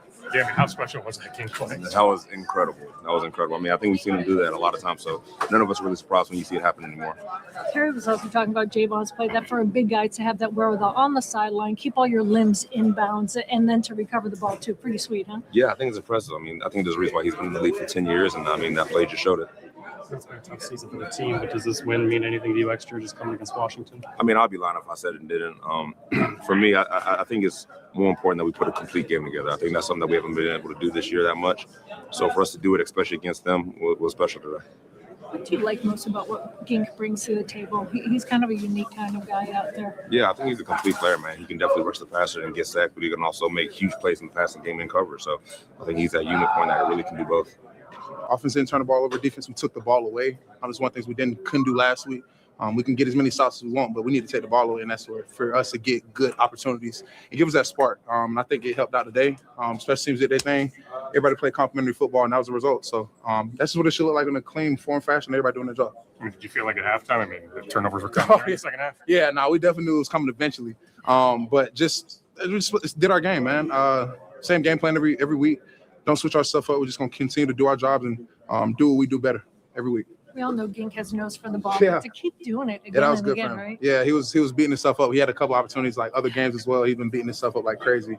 But we said he's gonna come, man. We know eventually they're gonna throw one to us. And he got one, man. And that's just big. I know that's good for him mentally, good for our team, everything just to make us feel better because understanding these things actually can happen. Jonathan Allen was calling him a unicorn just in the way he plays. Yeah. I mean, because you never know. He's a dropper, rusher, run stopper. He does all of these things, and he has this knack for knowing they're about to throw that screen. It's pretty obvious when they're about to throw it. But he's got it down to the T because, I mean, we can know it's coming, but to get a pick off of it is crazy, man. And I thought he was going to house it, but we got to work on his top end speed. What do you think about the pressure that was applied to not just Daniels, but Mariota forcing some mistakes from you? Yeah, man, we just, like I said, bro, we didn't switch anything up on us. We're just going to send that heat, obviously Flo gonna dial it up. So whatever he called them, the pressure's gonna get there and obviously get those guys rattled.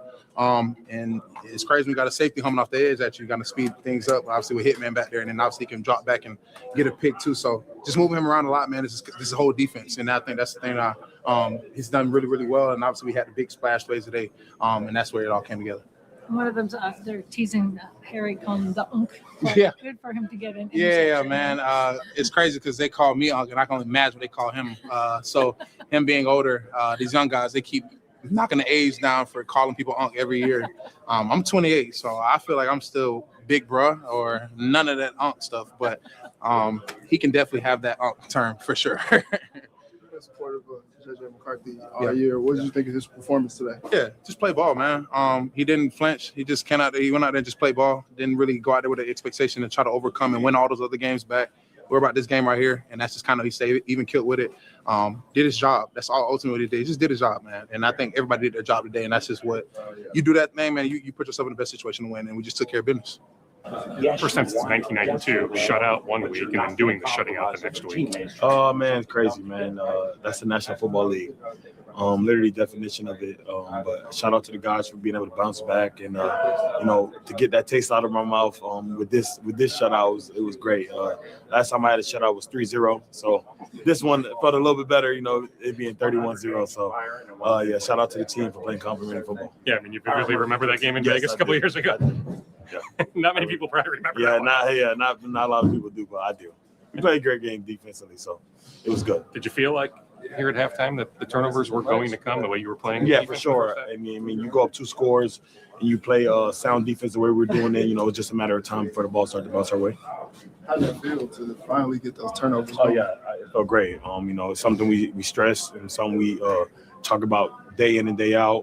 One of our top football philosophy. So for us to be able to finally break through and get them, and they come in bunches, and for us to capitalize on those opportunities, it was great. Just because we've been working really, really hard at it past however many weeks, man. And for us to finally break through, especially at home, to get the fans something to cheer for and something to look forward to. So yeah, it was great. It was great fun. That was a lot of fun. Obviously, when you can play complimentary football, offense starting off right away with a touchdown. And, that's one thing that we've been preaching on is, starting fast, getting the lead. And, then we can play our style of football. And we saw that from all phases today. So it was exciting. Can you take us through your interception, what you saw? It's just one of those things where, I had a feel that they were going to run that. Hold on, man. Andre Sutton, who you speaking on? Andre Sutton, who are you speaking of, man? Let me know. He said, I don't want to hear his mouth. He need to shut up and play some football.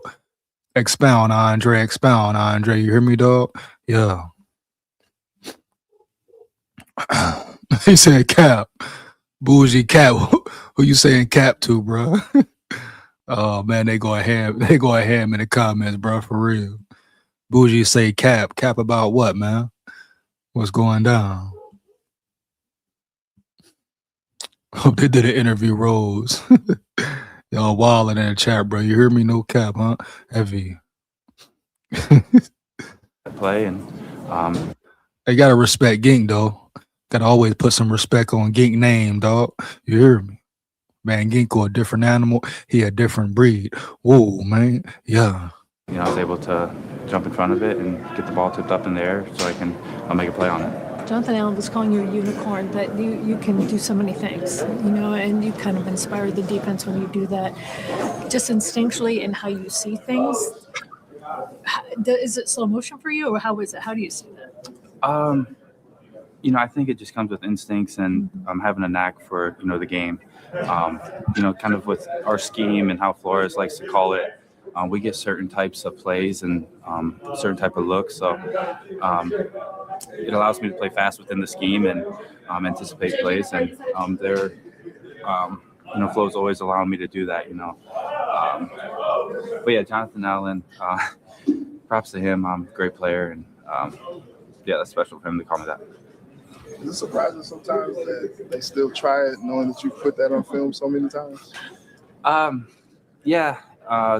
To a certain degree, but we're, with how much we blitz and how much we put pressure on the quarterback and offensive coordinators, they have to do something to get the ball out quick. And, If they don't, the ball, they're gonna get sacked. Like it's just kind of what it is, and I feel like I have a good understanding of when those plays come and when there's an opportunity to make a play like that.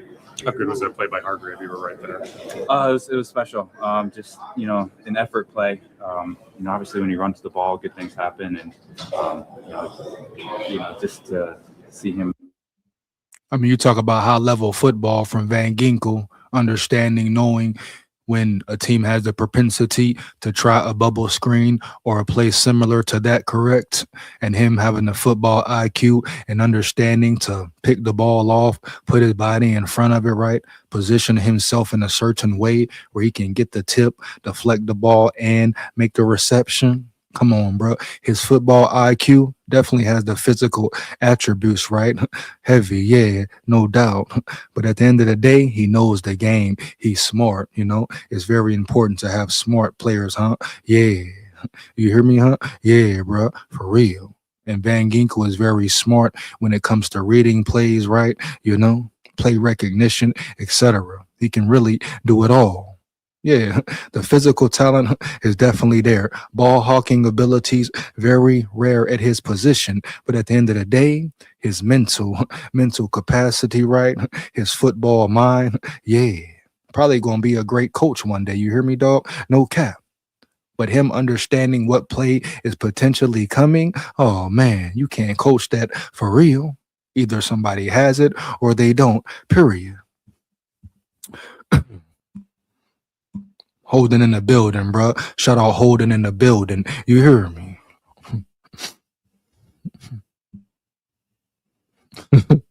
Let's go, Andre. Let's go, Andre, homie. Yeah. You hear me? Huh? Yeah. Make a play like that, an impact play is awesome. And, he's one of my favorite teammates, so give him props for that. Did you get a hand on? Harrison uses his organization. Was it due to like sideline when he gets hit? It's special. He's a legend. He's one of the Vikings greats, and you can just see all of us feed off that. It's a special moment, and to be a teammate with him is, I don't take that for granted. I've learned a lot from him, and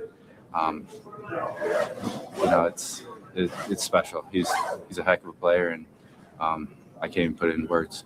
Especially after all this time, he says he's still having fun with it. Did the little hitman sign. I mean, he's still like a little kid out there in many ways, right? Yeah. And KO, that's something that he was emphasizing is, the record may not be where you want it to be, but it's still, a fun game. You get to go out there and just where would you, your 16-year-old self, like you would dream to be in this situation. So that was kind of his, point to get across, to go out there and play hard and to have fun doing it. What do you think that really turned the tide? You guys get the goal line stop there on their first drive, and then your offense comes back and has a 12-minute drive to score. You think that kind of sucked the life out of the other sideline there? Or? Yeah, that's going back to complementary football. When you can stop them on a goal line stand like that, that's huge as a team and as a defense. That's difference in 7 points. Even if they kick the field goal, that's 4-point swing. So. And then just to see the offense, I'm so proud of JJ and what he's been able to overcome, and for him to go out there and play well like that, it's exciting to see. Bernard was joking around that he has to tease you that you got to run it to the house next time. Do you see that in your dreams? Are you hard on yourself on that kind of stuff? Yes, I'm always trying to figure out a way. I was looking up at the scoreboard trying to figure out how close he was, and I was hoping I could sway a little bit just to get him off balance, or allow someone to come in and block him, but. Yeah, you always think of ways that you can, find a way, whether, I should have probably stiff-armed him, All right, since everybody talking about Hitman, we're going to finish the live up, checking out what Hitman had to say, dog. You hear me? No cap. Let's get it. You see a big guy like Javon Hargrave not only like have a nose for the ball, force the fumble, jump on it. What can you say about it? Yeah.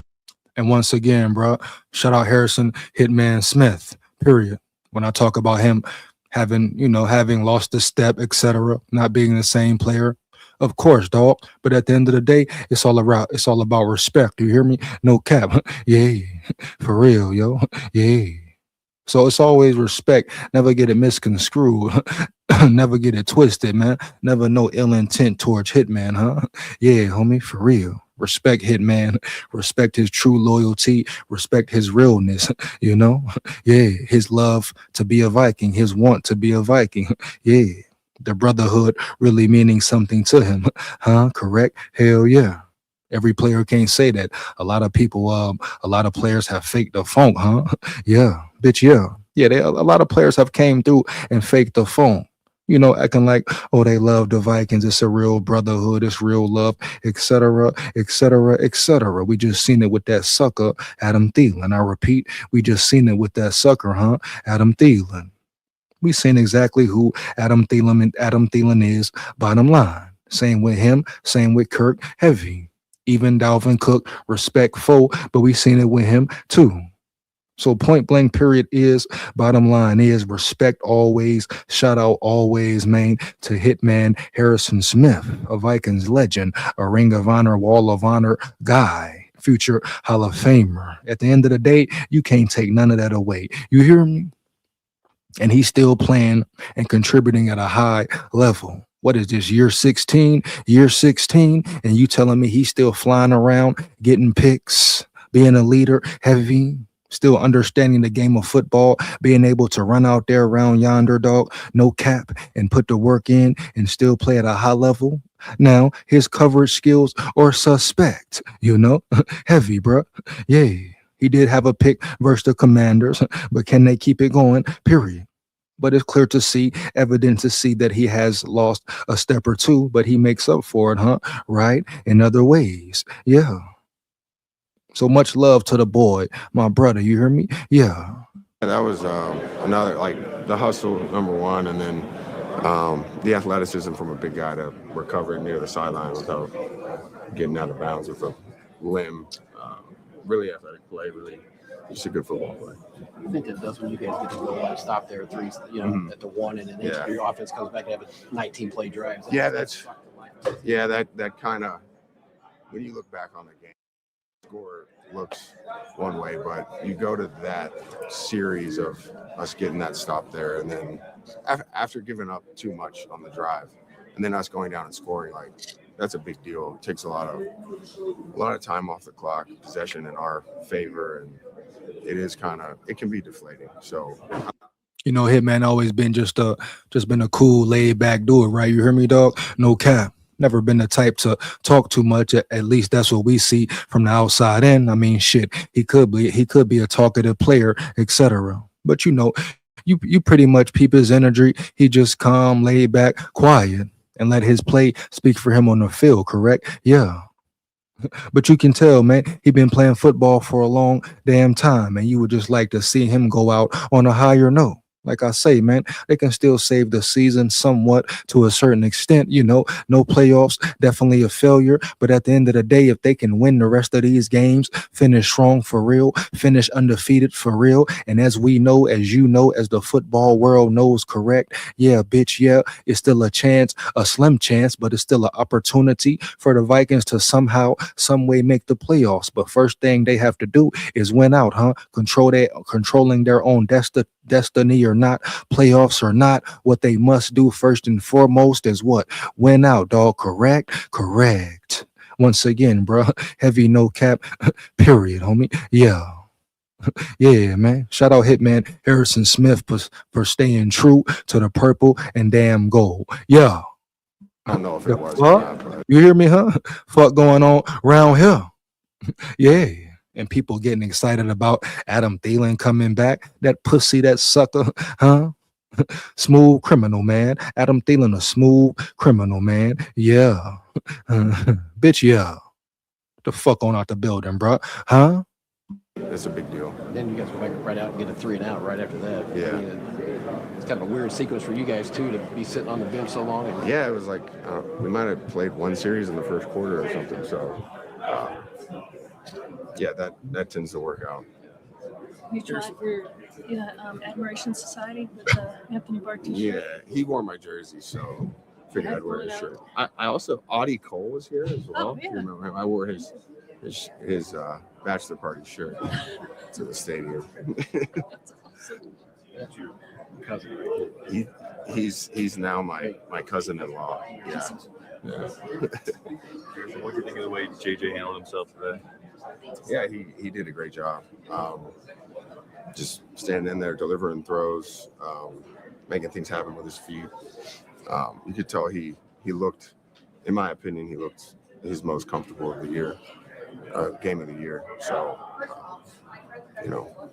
it's definitely a big step in the right direction. Series right there in the first half, you gave him 2 blitzes, forced him to throw away and a rush throw, and then he dropped out on third down. That feels kind of like vintage Harrison there, kind of disrupting what you were doing. Yeah, I mean we've done a lot of that stuff this year. Some games, when you have a lead, it lends itself more to that style of play. So I think. No cap. Definitely different when you're playing with a lead rather than playing from behind. That's just part of the game, part of the ball game. Question is, how do you adapt? How do you adjust for 4 quarters, whether you have the lead or not? Whether you're winning or playing catch up. Bottom line is, every time, each play, bruh, each down, you hear me? Every quarter, heavy, you're going to have to make adjustments, period. That's just the way the game is. Yeah. You cannot get comfortable, complacent, etc. Yeah. This is the NFL lifestyle, period. Boom. Heavy. I think it's more just kind of the positions we've been in throughout the year. Today is an example of what we like to do in those situations. And it's just, I mean, anybody can be a free runner off the edge. So that's just my role in that play. Here's another tackle eligible at the goal line. Is there you guys? The boy ain't trying to take full credit, but he did that shit. Yeah. You hear me? Yeah, believe that, period. Thinking, because I don't know if looked like Byron just kind of drifted out with him. Was that going to be his guy, or did you? I can't honestly answer that question just as far as what happened, but I guess so. Yeah. Eric, how did it feel to just finally get up on that turnover margin for a change? Did it feel like old times? Yeah, you tend to win ball games when you do that. We talk about it a lot. It's just we haven't done enough to make it happen this year. And when it does, though, it's a lot of fun. Hey, what's up, Indiana? We had a good time up there.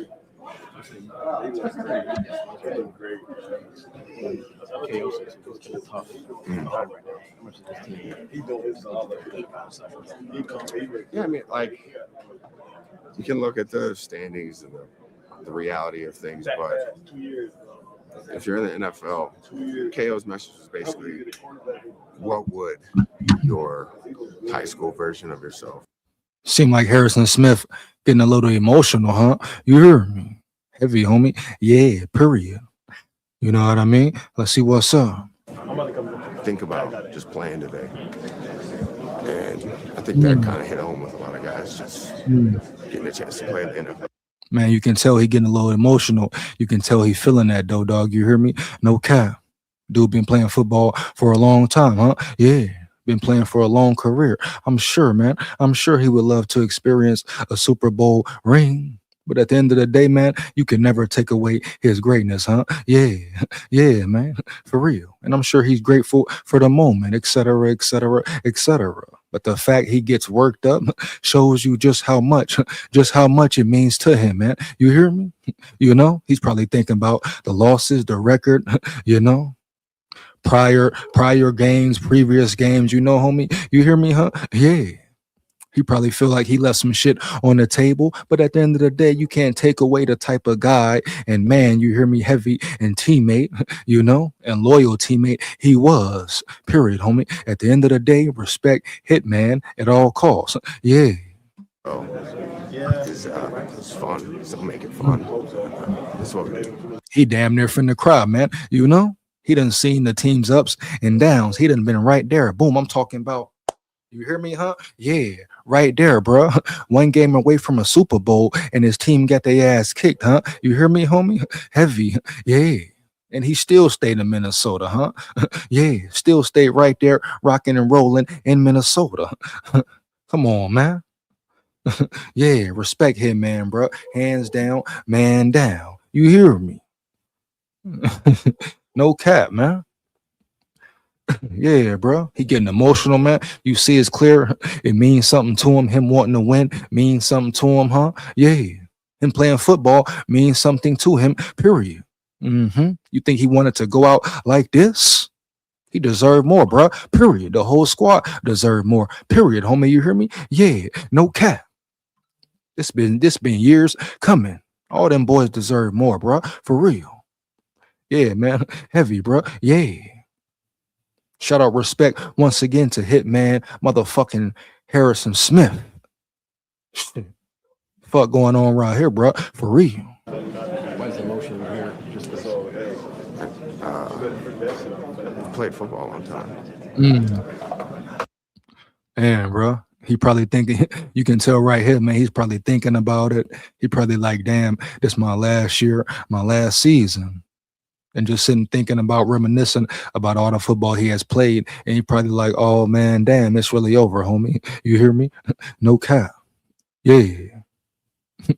Man, bro. You wish he could you wish he could have went out on a higher note with a Super Bowl victory or Super Bowl ring. And it's not over yet. If somehow they sneak their way into the playoffs, let's get it, man. Whole new ball game, period. But playoffs or not, man. Harrison Smith, finish strong, baby. Finish strong, man. Straight up. Yeah. But you can tell he's been emotional, man. He probably really thinking about, hey, I'm going to really retire after this year. Or he really like, oh, man, damn, I want a ring so bad. I got to come back and go through the process and do it all over again, huh? Yeah, period. You know? Oh man, respect to my dude, man. My brother for real, period, dog. No cap, bitch. Yeah, you heard me. Man, real talk.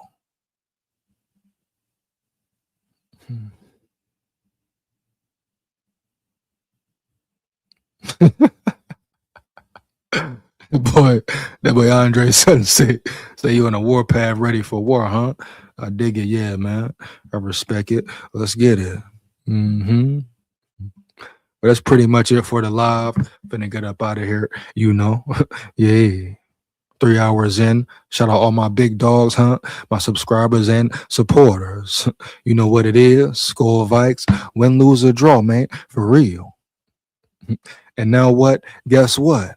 Playoffs or not, right? Finish strong. Finish undefeated. Period, man. Leave it all on the field. And just see how it turns out. Yeah. You know? See how it turns out. Put your best foot forward and let's get it, man. You know? Straight up. Yeah. You know what it is, bro? Big SKOL here. SKOL Vikes win, lose, or draw forever, man. Straight up for real. And guess what? We run the North. Yeah.